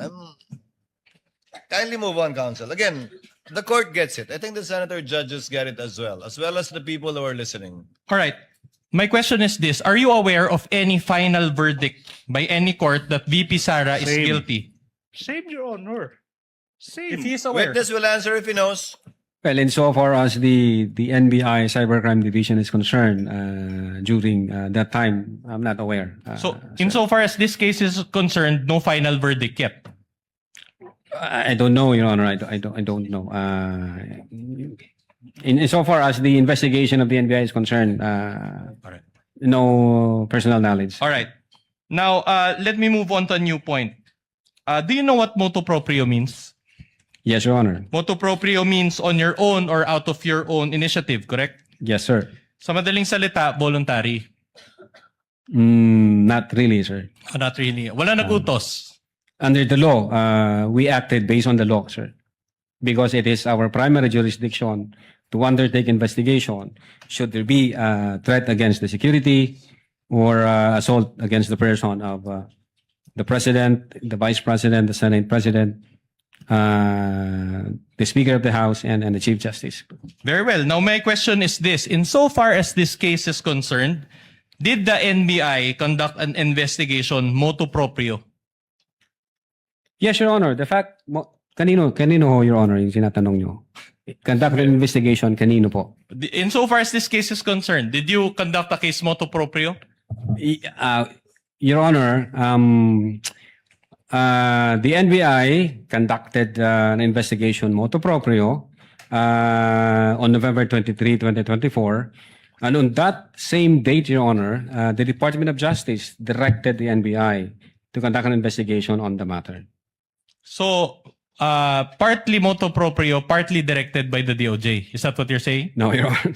No, Your Honor. With or without the directive from the DOJ, the NBI has primary jurisdiction on that case, and therefore we can investigate on that particular case. sir. Yeah, but a while ago, during your direct examination, you admitted that the DOJ secretary directed you, correct?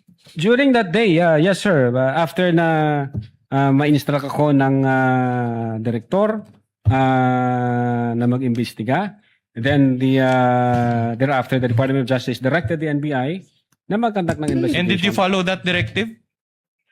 Well, it's the Department of Justice. Why should not I follow, sir? Aren't you an independent body? Well, Your Honor, under the law, Republic Act 10867, it states there that the Department of Justice can direct the NBI to conduct any investigation when the public interest so requires, sir. Okay, so the NBI is under the DOJ, correct? Definitely, sir. And the DOJ is under the Office of the President, correct? Yes, sir, under the executive branch, sir. Meaning the Secretary of the DOJ is under the Office of the President, correct? No question to that, sir. No question. So BBM has control over both the NBI and the DOJ, correct? What do you mean by control, sir? What's your interpretation of control? You seem to be a smart man. The Department of Justice and the Office of the President, insofar as the function of the NBI is concerned, hindi ho sila nakikialam doon. Kung ano ho yung findings ng NBI, kung ano ang recommendation, sinasubmit po namin ito sa Department of Justice. And then yung Department of Justice, i-weigh po nila, i-evaluate po nila, and then mag-undergo ng process ng case build-up. Yun ho ang patunay na yung una naming sinubmit, hindi tinanggap ng Department of Justice, meaning ang Department of Justice, pag nakita niya na hindi tama o kulang yung requirement ng NBI, hindi niya ito kararakang tatanggapin, Your Honor. That's why, insofar as the DC-15 is concerned, nag-require sila ng mga i-comply namin, and then nag-comply kami. That's the time ni-receive ng Department of Justice yung aming referral. Oh, very well. Just to help you answer, I'll ask a more pointed question. At the time the investigation against VP Sara was being conducted, did BBM had control over the NBI or DOJ? At the time, the investigation? Yes. Well, being the head of the executive branch, sir, yes, the president is the head of the whole of the executive branch, sir. Very well. Did BBM at any point intervene in this investigation? Of course not, sir. Of course not. So did you just admit to this court that there was no participation on the part of BBM? Again, the purpose of the submission of the affidavit is No, for the preliminary question is very investigation, simple. sir. Witness answer. Can we ask Your Honor the that witness to answer? Witness is in the process. The purpose of the referral that we submitted to the Department of Justice is for the purpose of preliminary investigation, which under the new rules of the NPS, pwede ho ang law enforcement agency na mag-submit ng complaint affidavit kahit wala yung affidavit ng complainant for purposes of preliminary investigation. So the complaint from the President is not an indispensable requirement insofar as the preliminary investigation is concerned by the DOJ, sir. So let me clarify. You received instructions to conduct an investigation against VP Sara from the DOJ, which is under the Office of the President, and the investigation, in that investigation, BBM was allegedly one of the offended parties. Again, Your Honor, hindi ho ako nakatanggap ng Wait, direktiba. there's no from- question yet. There's no question yet. And yet, BBM has control over both the NBA and the DOJ. Your Honor, Is that a fair Your summation? Honor, now, I will not object now. Ask and answer. Same point, Your Honor, please. Many times over, control of the President over the DOJ, control of the DOJ over the NBI. Ask and answer All right. many times over. Considering the structure involving the NBI, the DOJ, and the Office of the President, don't you think that there was bias against VP Sara? Ooh. I will allow that. We, I will not we, object, Your Honor. Your Honor, Counsel again, our- kindly wait for the presiding officer to recognize you. Witness may answer. our investigation, Your Honor, is evidence-based. Nung pinag-usapan ho namin ito, nung ina-analyze ho namin ito, nung nag-follow kami ng mga phases at analysis, we believe and we agree that among ourselves na buo ang ebidensya, kompleto ang ebidensya, na-comply natin yung requirement ng prima facie case with reasonable certainty of conviction. And so sinubmit ho namin yan sa DOJ na ang paniwala po namin ay kompleto ho at na-comply namin yung requirement All right. Either way, ng kaso. okay. Either way, the NBI can initiate its own investigation when necessary, correct? The NBI can initiate its own investigation. In fact, you mentioned RA 10867, correct? Yes, sir. And please allow me to read Section 5G thereof. It says, cases involving threats to security or assaults against the President, the Vice President, Senate President, Speaker of the House of Representatives, and Chief Justice of the Supreme Court. You confirm this, correct? Yes, sir. My next question to you is this. while you conducted a motu proprio investigation to help BBM, FL, and the former speaker, did you also conduct a motu proprio investigation to help VP Sara? Yes, Your Honor. The fact that we sent a December 2, 2024 letter, we informed the Vice President na iniimbestigahan din namin yung alleged threat laban sa kanya. So kailangan namin makakuha ng valid information, confirmed data or any apparent violation of our revised penal code or any Alright. special law. Yung ang purpose ng letter namin, Your Honor, to inform the Vice President na iniimbestigahan din namin yung alleged threat laban Your sa Honor, kanya. it's a yes or no answer. Can we ask the... Mr. Witness, Attorney Latok, this is the second time you've mentioned your December 2 subpoena. So the curiosity of the presiding officer has been picked. In your subpoena of December 2, you issued a subpoena to the Vice President for evidence in a certain investigation. No mention was made of either the investigation pertaining to threats against the President or even threats against the Vice President. But it's the second time you've mentioned that the intent of this one is for the threat against the Vice President. What is your basis, sir, when the subpoena does not contain such a specification of the evidence you will obtain from her? Your Honor, yung subpoena, nakafocus po yan doon sa investigation namin on the alleged grave threats at inciting to sedition during that time. Yung investigation naman, insofar as the Vice President threat to her life is concerned, meron nung kaming separate na letter nung December 2. Hindi subpoena, letter. Letter po. Do we have that on file or on record sir. somewhere? Yes, Your Honor. It was Is it the pre-marked Perfect. marked during trial earlier, Your Honor, by Agent Kalilong?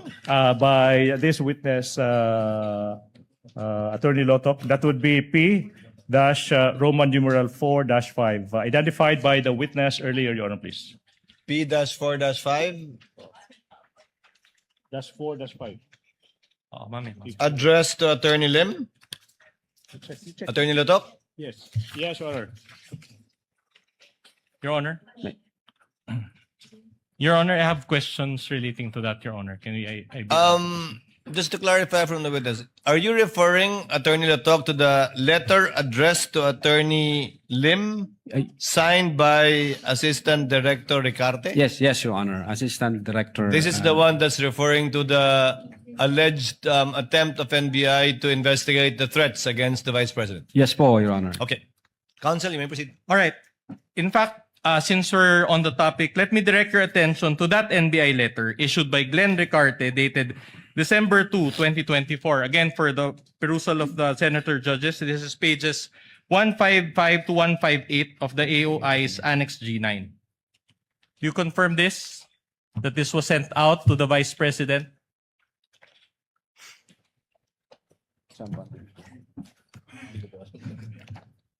This is, we have this document, Your Honor, signed by AD Glenn Ricarte, dated 02 December 2024. All right. And Sir. do you confirm that the date is December 2, 2024? Based on this document, sir, yes. All right. Let me read, and read with me, please, the last two paragraphs. And I'll try to be very clear. It says here, we are hoping that we have assisted you properly. Can we flash that, please? Baba pa. Yan, sa baba. Yeah, we are hoping that we have assisted you properly. We would be grateful if the Vice President will visit the NBI and participate on the ongoing investigation. As the schedule of her appearance, she is anticipated to appear on, can you read the date, please? 11 November 2024 at 10 a.m. at the Office of the Director, National Bureau of Investigation. So you provided the date, you provided the time and the place where VP Sara is supposed to appear, correct? Your Honor, this No, is the answer is very since simple. Just ask ang it. nakasign po rito yung assistant director and wala akong personal knowledge. I think this is typo kasi nga nag-reply ang lawyer ng vice presidente. Attorney Lotok, either you have personal knowledge or not, but neither can you say typo. If you don't have personal knowledge, you cannot say typo. Yes, Your Honor. Sorry, Your Honor. So which is it? I believe So you don't have personal I don't have knowledge? personal knowledge, Your Honor. Hindi po ako ang Okay. sumulat sa letter na to. Okay. Again, Your Honor, this is an attachment of the affiant's or the witness's own affidavit of investigation. I understand, Your Honor, and he has been very repetitive on this, that there are documents there that he did not sign. But when you attach something to your own affidavit, Your Honor, you're supposed to at least review them. And clearly, he did not review, and he's even the head. He mentioned that he's the supervisor. Objection, Now, my Your next Honor. question is Objection.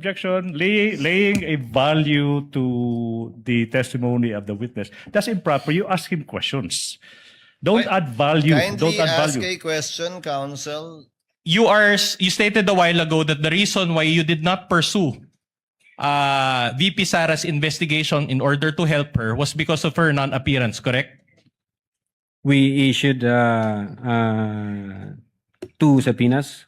The first one, and then No, I'm not asking we give her a you. chance again to give us information, and then she did not appear for the second time, sir. But you said the second one was not a subpoena, it was a letter, correct? Well, the letter is the basis that we conducted motu proprio investigation on the alleged threat against the Vice President. The purpose of the 2 subpoena is also base sa usapan namin ng then Director Jaime B. Santiago. Pag nag-appear ang Vice Presidente, tatanungin din po ng Director namin, Ma'am, pwede mo bang i-share sa amin ano yung threat sa life mo? Baka meron kang information na pwede namin pagsimulan. Yeah, but Counsel, allow the presiding officer. Sir, you referred to the letter and the subpoena. As I pointed out earlier, the subpoena does not make mention that you're asking for evidence about the threats against the Vice President. You just said in your subpoena for information regarding what is under investigation by your office. Now, in this letter that you referred to, signed by Assistant Director Duterte, Yes, sir. nowhere can I find too that you're asking the Vice President information about the threat against her. You quoted several instances about the Vice President's statement against the President, but I cannot see a reference to the threat against the Vice President. Now you're telling me again that you intended to ask her when she comes. But if I may answer po, Your Of Honor. course, sir, please. Thank you. Yes, Your Honor. Kung pwede ko pong basahin. Please, sir. Kindly guide us po. Quote, this Bureau wishes her well, and we would acknowledge if she can find a convenient time to visit the NBI, since according to her, she received threats on her life as well. As part of its mandate, the NBI would like to inform her that we are also investigating on the said threats. Her appearance to the NBI will aid us in the expeditious investigation on the said threats, Your Honor. And then this is the basis for the issuance of your 2 subpoenas against her. Hindi po. Ang dalawang subpoena, Your Honor, is para dun ho sa grave threats and inciting to sedition. Para doon na po. Opo. Yun po yung purpose ng dalawang subpoena. Letter lang yung sa kanya tungkol sa threat sa kanya. Yes po, Your Honor. Letter lang Bagaman sa sa kanya. sulat na to, binanggit nyo rin yung threat niya laban sa Pangulo. O ibang sulat po yun? Your Honor, in-explain ho namin dito kasi doon ho sa may letter ho na sinubmit ang lawyer ni VP, nagtatanong ho siya kung pwedeng makakuha ng copy ng complaint. And then kung ano yung mga itinatanong at itatanong ng NBI sa kanya, in-explain ho dito sa letter na to kung ano yung nature ng complaint. Yung mga allegation laban sa kanya. Opo, Your Honor. Thank you, Attorney Latok. Counsel, you may proceed. But the long and short of it, in that December 2024 letter, you provided a November schedule, correct? Again, I cannot answer to that.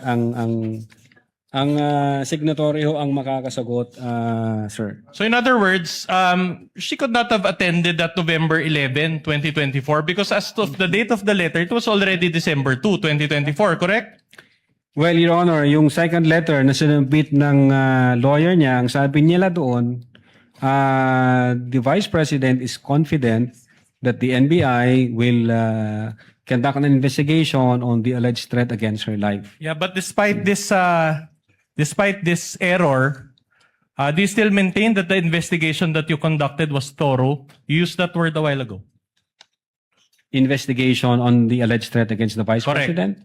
We are looking, Your Honor, for a validated information, confirmed information para ho meron kaming pagsimulan. But insofar as my office is concerned, since hindi na ho ako may hawak dyan, baka ho merong ibang tinask ang aming director para dyan, sir. So as early as December 2, 2024, the NBI has been investigating regarding the threats against VP Sara.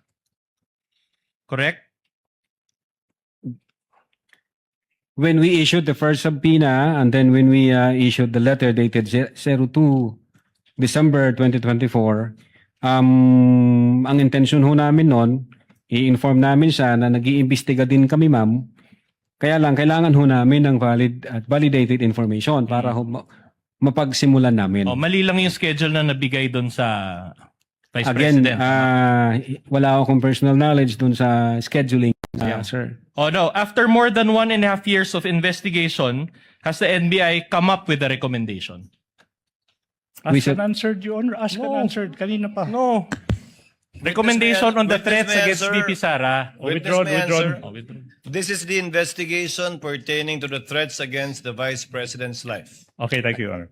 Again, since wala ho kaming validated information, wala ho kaming nakitang confirmed doon sa allegation, threats against her life, wala ho kaming mapagsimulan, sir. Wala So ho no, kaming that's okay. mapagsimulan. Meron din bang affidavit of investigation para kay VP Sara, gaya ng ginawa ng NBI para kay BBM, FL at former Speaker? Since wala ho pa kaming validated information, wala ho kaming mapagsimulan. So in other words, meron para kay BBM, Objection. FL, at there's no question yet, Your Honor. Yes. At former Speaker, pero wala kay VP Sara. Argumentative, Your Honor. Argumentative. That's Asked a and factual answered. question, Asked Your and Honor. answered. Ask and answered. Move Okay. on, counsel. If no affidavit of investigation, is there any written report on that investigation? Anong investigation po, Your Honor? Yung against VP Sara, may written report man lang ba? Well, ang makakaalam ho niyan, yung aming intelligence service, sila ho ang may pull up information from different offices. But as far as you know, wala pang written report on this? Well, during that time, insofar as the cybercrime investigation is concerned, wala akong nakita na gano'n, sir. Wala pa. Noong time na yon, alright. sir. In other words, since wala pang written report, wala pa ring opportunity si VP Sara to supplement any report that you have prepared. Again, wala akong idea kung mayroon ng written report ang aming intelligence service. Ang alam ko, kung ano lang yung nangyari during nung investigation namin, cybercrime investigation, cybercrime division investigation. All right, I'll move on to a new point. Now, as an investigating body, the NBI is called to be impartial, correct? Yes, sir. Meaning you have to evaluate both sides, not just one side, correct? What do you mean both sides? The sir? offending party side and the offended party side. Yes, sir. All right. In other words, you evaluate the side of the complainant and you also evaluate the side of the respondent, correct? Evaluate the side of the complainant. Yes, sir. So did the NBI do that in its investigation insofar as the case against VP Sara? Precisely, Your Honor, the reason why we issued a letter dated December 2, 2024 All right. is to elicit information from the Vice President herself kung meron po bang validated information Okay. or to ask her kung sakaling nag-appear siya, ma'am, baka meron kang pwedeng pagsimulan namin. But again, kahit representative, wala akong may dumating sa amin na magbibigay sa amin ng impormasyon para pagsimulan ng investigasyon. Yeah, but didn't the counsel appear? So she participated through counsel, correct? The council, Your Honor, only stated na yung threat is, again, yung 6 months ago na nung conduct ho kami ng open source investigation, wala ho kaming nakitang validated talaga, sir. Eh. So wala kami mapagsimulan. Saan kami magsisimula actually? Okay. So, to enlighten this honorable court of what really happened during your investigation, you issued subpoenas, correct?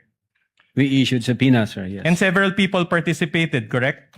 Major personalities. Yes, I will go to that. I'll just answer the question first, yes or no. At least 4 people, correct? We issued subpoena, yes, sir. Reyes of Philippine Daily Inquirer attended with counsel. You confirm this? I think so, sir. Mendoza of Manila Times also attended with counsel. It was reported to Reported to I you. think Magsambol and Reyes. Yeah, yun alright. yung report sa akin ni Agent Kalilong, sir. How about Rubrico of SMNI? Yeah, yung 6 ho na yan, as far as I know, na issue namin ng subpoena, I think yung iba dyan, hindi ho nag-appear kasi yung isa nasa China, meron siyang parang I'm not asking about understanding. those. I'm just asking about The the witness is people in the that process of participated. answering the Counsel, question. witness is in the process of answering. Let him finish. Are you done, Attorney Lotok? Yes, Your Honor. All right, Proceed, counsel. and these people were interviewed by NBI agents, correct? By NBI agents, sir. Okay, the NBI agents included Kalilong, correct? Yes, sir. For Magsambol and Reyes, Geran for Mendoza. Yes, sir. I think. All right, but Asuncion for Rubrico, correct? Yes, Assumption also. All right, sir. and the Q&A was recorded, correct? Yeah, I think may transcript yata. Na All right, ginawa very well. sila, sir. After the interviews, the NBI agents executed affidavits, correct? Yes, sir. They Attesting have- to the interviews conducted. Yes, sir. Let's go through the minutes of the meeting attached to the affidavit of investigation. There were 4 sets of minutes of the meeting, correct? 1 for Reyes, 1 for Mendoza, 1 for Magsambol, and 1 for Rubrico. Do you confirm this? May I check first the document, sir? Your Honor, may we ask, Your Honor, that my co-counsel confronts the witness, not the prosecution's counsel. This is our turn, Your Honor. And we want to use the official copy, which is the the impeachment court's copy, Your Honor. So we don't know what copy the prosecution's lawyer is confronting the witness with. Counsel will please comply. Ano yun? All right. So minutes of the meeting. So there were 4 sets, 1 for Reyes, 1 for Mendoza, 1 for Magsambol, and 1 for Rubrico. Now, based on the minutes of the meeting. May I check first, sir? Okay, go ahead. Yeah, them sir, yes. Leave them sir, yes.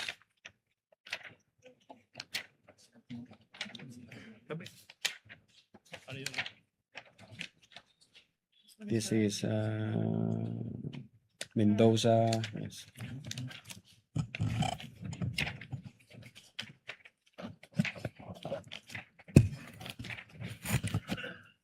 This is Magsambol.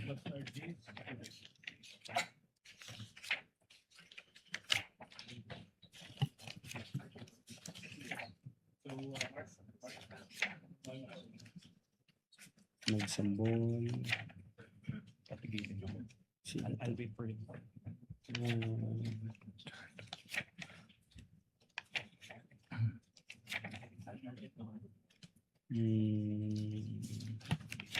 Rubrico.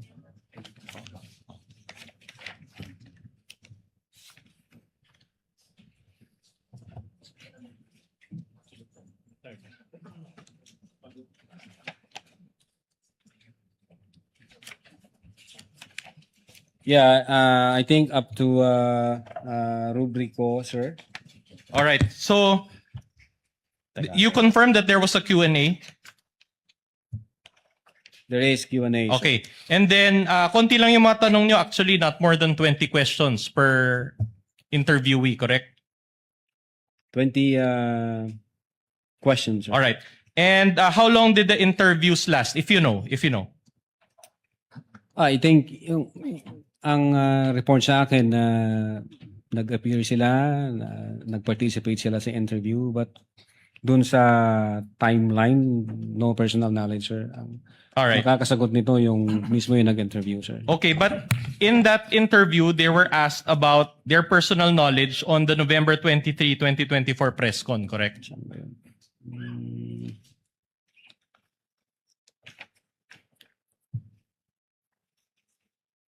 Yeah, the question was where were you on 23 November Just 2024? a yes or no will At do. about 12 a.m. to 1 a.m. Sir. Yes, your answer is yes. Yeah, there is that Okay. question. Sir. Now, during this interview, according to the minutes also that you're now perusing, a video of the press con was shown, correct? Mm,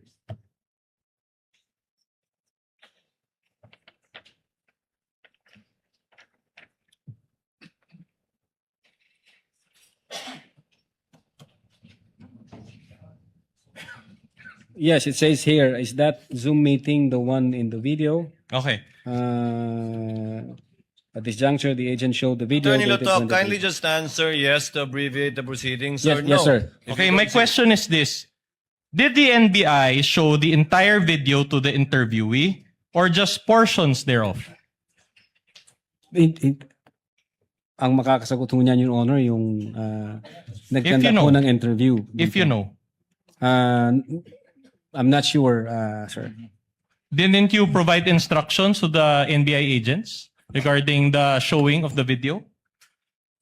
Well, the instruction is whether or not nandun ba sila nung nangyari yung press conference nung November 23. Yeah, but will you agree with me that for the investigation to be impartial, the NBI should have shown the entire video and not just certain portions thereof?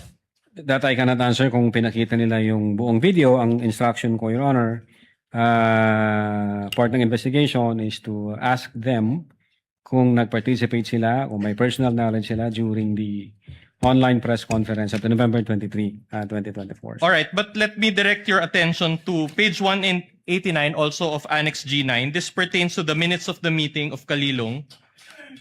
If we can flash that on the screen and if my co-counsel can confront the witness. It says here, and I want to read, in the top portion it states 1024H and 1057H, December 4, 2024. 2020 here. Meaning, the interview took place on December 4 from 10:24 to 10:57 a.m. Is that correct? Military time. Well, it appears in that document, sir. All right. So in other words, 23 minutes lang yung interview. Based on that document, sir. O hindi niyo talaga mapapakita yung whole video, correct? Based on that document, kung ganyan lang yung timeline niya, yes, Your Honor, hindi. Kasi 2 hours mahigit yung video ni VP Sara, correct? Yes, Ask sir. and answer, Your Honor. Ask and answer. I'm just Many times emphasizing over. the time, Your Kaya Honor. nga, objection Move on, eh. counsel. That's why... Senator Judge Soto is recognized. What is your pleasure, sir? Thank you, Mr. Presiding Officer, Mr. President. To satisfy the curiosity of our group here, we were asking each other, why did you invite these 4 media personalities? Yes, Your Honor, because they were there based on our investigation. They were there in the press con, Yes, sir, they the participated. whole press con. The whole press con, sir. So why do you have to show the entire press con again? Precisely, Your Honor, that's the point. We just want to establish whether sinabi ba to ng Vice Presidente at sinabi nila na yes, yan yung sinabi ng Vice Presidente. Yung point ho yun na may kinontrata siya, may kinausap siyang tao. Kaya yun lang ang pinakita nyo, hindi nyo pinakita yung buo because they were there Yes, the entire yes, sir. time. Are you sure they were there the entire time? They were there, sir. Okay, thank you. But you cannot have personal knowledge. They may have exited the Zoom meeting, correct? Yeah, You cannot say for yung, certain. Yung nakita ko dun sa video, ang pinakahuling nag-exit, I think 3 yata yun, sir. Yeah, pero most of the time nandun ho yung mga media personalities, nagtanong po sila nag-inquire po sila at nag-participate po sila doon. All right. At any rate, each participant was asked, and I quote, in paragraph 11 of the affidavit or the minutes, it says here, do you hear the statement of VP? Yes, wag ka mag-alala ma'am sa security ko kasi usap na ako, which ends in, and then he said yes, correct? Yeah, base rito, yes. sir. Okay. So sa madaling salita, insofar as the interviews conducted by the NBI, wala nang tanong tungkol sa ibang statement ni VP Sara noong press con, tama? Yeah, base rito sa document. Alright, yan lang ang ito yung tinanong nyo, tanong, sir. tama? Yan lang ang statement na yan ang tinanong nyo. Base sa document, sir. Didn't you have enough time to ask about other statements made by VP Sara in order to establish context? Your Honor, No, yes or no? If you can, please. Let the witness answer. The presiding officer already directed a more responsive answer. Your Honor, nung November 26 video, No. nakita ho namin na may admission na ginawa, ni-reiterate ng Vice No, Presidente. that's not my question. My question Let the is, witness did you answer, have Your enough Honor. time to ask That is his about... answer. No. Attorney Lotok, the question was, did you show any other video or parts of the video other than this one? Based on the document, sir, ito lang ho yung mga tinanong kung Yan lang ano ang yung tinanong na nandoon sa part ng video. document. Walang ibang part ng video. You know. We authenticated the whole video and we saw what happened on that online press conference, sir. All right. By the way, did the interviewee sign the minutes of the meeting?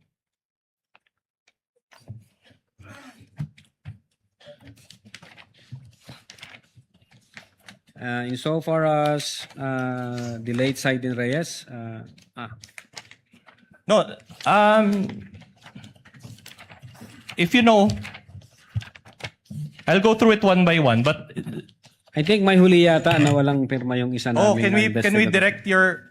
But you know, as a lawyer, that if a document is unsigned, that document will be treated as a mere scrap of paper. Correct? Yes, Your Honor. All right. So that is the standard operating procedure, correct? That you sign the document, correct? I Yes don't or know no? kung Yes yung or no? tama yung ibinigay na docs. Ang signatory ho dyan, si Attorney Asuncion. Yeah. In Supposed fact, to be. let us show that document for the benefit of this court. Can Yan ho yung Yeah, let me kaapat na direct your docs. attention to pages 203 to 207 of Annex G9. This pertains to the minutes of the meeting involving rubric of SMNI. Can we display first the first page? So the interviewer was Ria Vanessa Asuncion. Yes, sir. Hindi pa siya, ayan o. So hindi pa siya sure kung good morning or good afternoon. And what's Alright. the relevance, Your Honor? And she conducted the Objection. interview, correct? It first saw that document, sir. Yes. All right, but let's go on to the signature page now. So, in other words, Jason, there appears to be a signature above the name Jason Rubrico. All right. Can you state for the record whether Attorney Ria Vanessa Diaz Asuncion signed this document? In that document, no signature by Attorney Ria Vanessa. So, wasn't this a failure to observe SOP on your part? I think we have to ask Attorney Vanessa, baka meron siyang ibang document. na But again, hawak, you're the supervisor of these minutes of the meeting, and you were the one who attached these documents to your affidavit of investigation. Anyway, I'll Again, move on to a ang new point. nag-prepare ho ng mga docs na yan, I instructed them, the executive officers and the agent in case, to prepare those documents for Department of Justice. My only submission. point is this, Mr. Lotok. We are talking here about filing a case against the Vice President of the Philippines, who is the second highest official of the land, and you used an unsigned document as part of your exhibits. Is that what you're trying to tell the court? You can ask Attorney Ray Vanessa Diaz Asuncion again, sir, kung meron siyang, kung ano nangyari dyan. So far as I am concerned, kompleto ho yung tatlo, 1, 2, 3. Ito ho yung pang-apat. Alright. Siguro kailangan kong tanungin si XO kung ano nangyari. Alright, dyan. so let's go through the affidavits that were executed after the interviews. Okay, pahabol na ito lahat, tama? Kasi this was pursuant to the Feb 5 certification eh. So hinabol nyo ito lahat, tama? Hindi ho hinabol, kinumply ho namin ang requirement ng DOJ. You want to use the term nag-kinomply. Okay, sige. The interviews were in November to December 2024, but the affidavits were in February 10, 2025, correct? Again, Your Honor, Yung mga interview mismo, November to December 2024, kinandak. Pero yung mga affidavits attesting to those interviews, February of 2025 na in-execute, tama? Based sa document, sir. At any rate, this was made pursuant to the Feb 5 DOJ certification, correct? Can I see the document, sir? Okay. First. Affidavit, yeah. 20.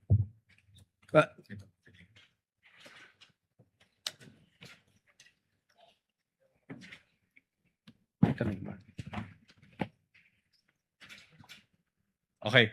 So in short, hinanapan kayo ng DOJ ng affidavits. That's why you attach additional ones to the revised affidavit of investigation. Is that what happened? Again, the affidavit was not revised. May mga attachment lang ho na ni-require yung Department of Justice, so kinumply ho namin. Tsaka sinabit ho namin. Oh, even your own director referred to it as revised, di ba? So let's not make an issue about that. Exactly. I'm just asking if these were attached to the second judicial affidavit of investigation. So, in other words, the agent who executed these affidavits were John Mark Calilong, Geran, and Asuncion, correct? Yes, sir. And each agent executed their own affidavit, correct? Yes, sir. So, all were based on their personal knowledge, correct?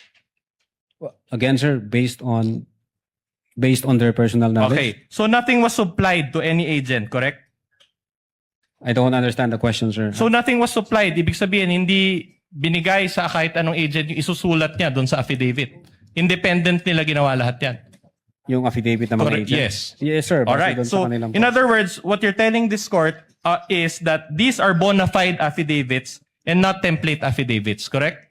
Bona fide and not what, sir? Template. Yung hindi pinirmahan lang basta.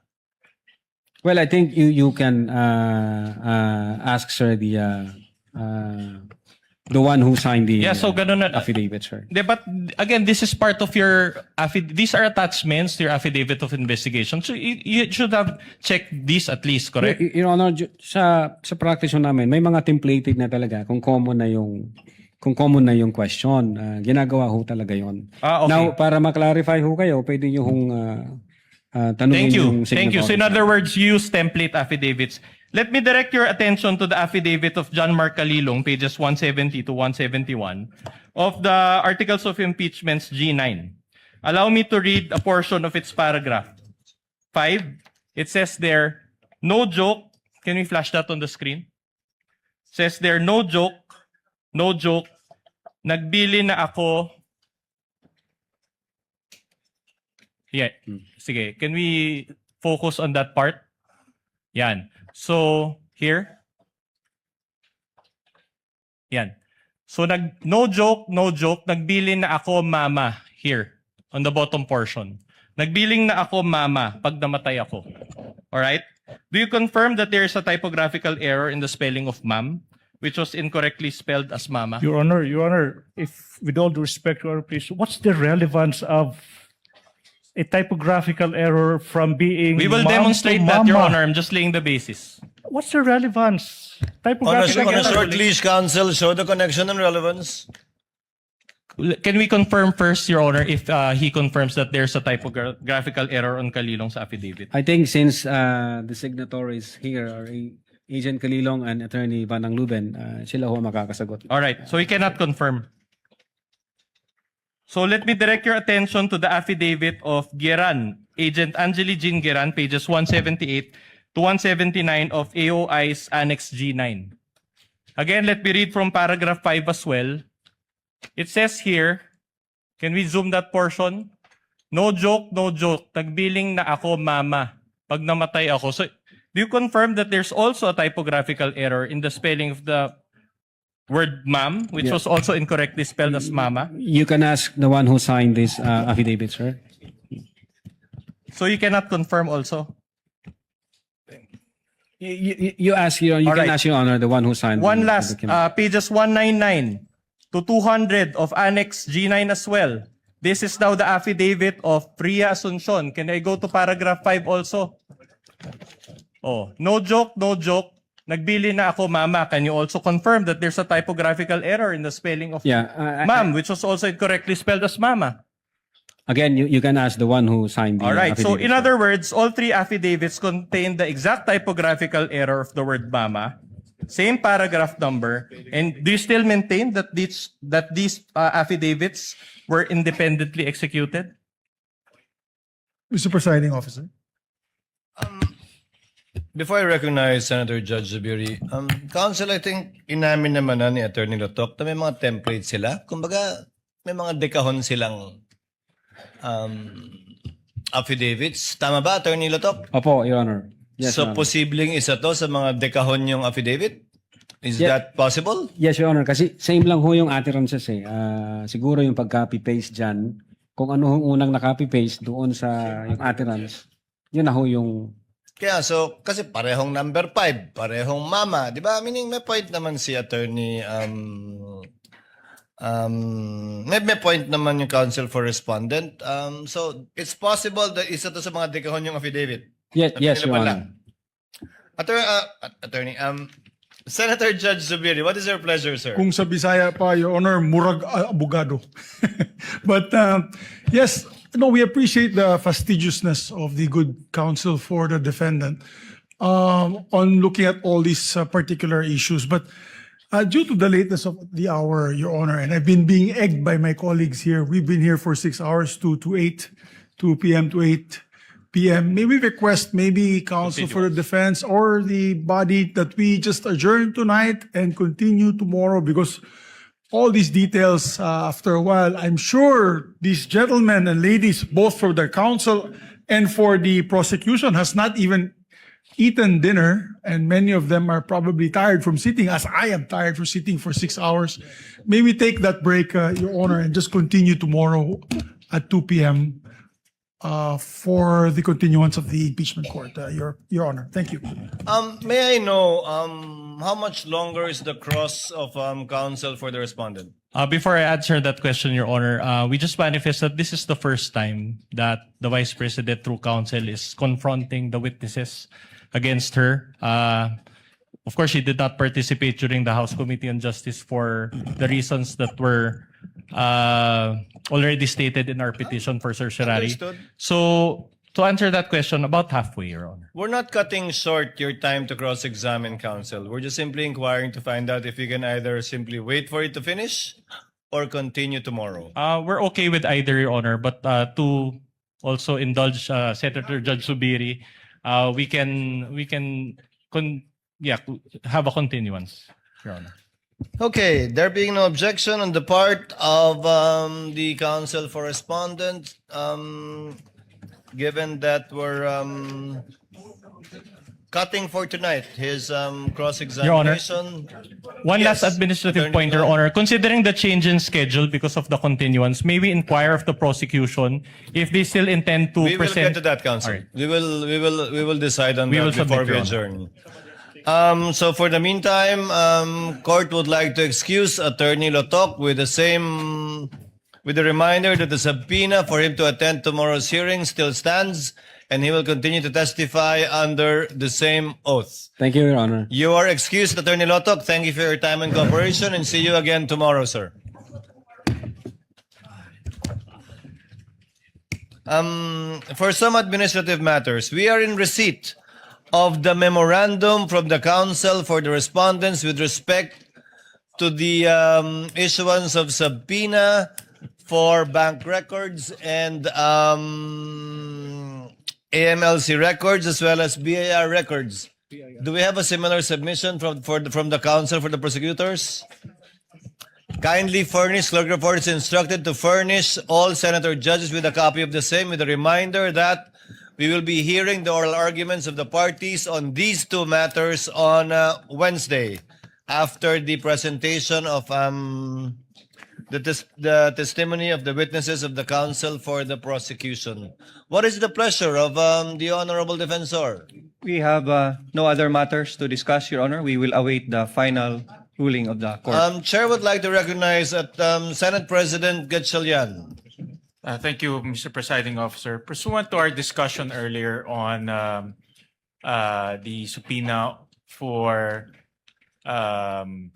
NBI Director Melvin Matibag, and pursuant to the discussion with Senator Judge Alan Cayetano and myself, and to give ample time to the Senator judges to study, to look at the pieces of evidence, as well as to propound their questions, may I propose to let him come to the Senate on Monday.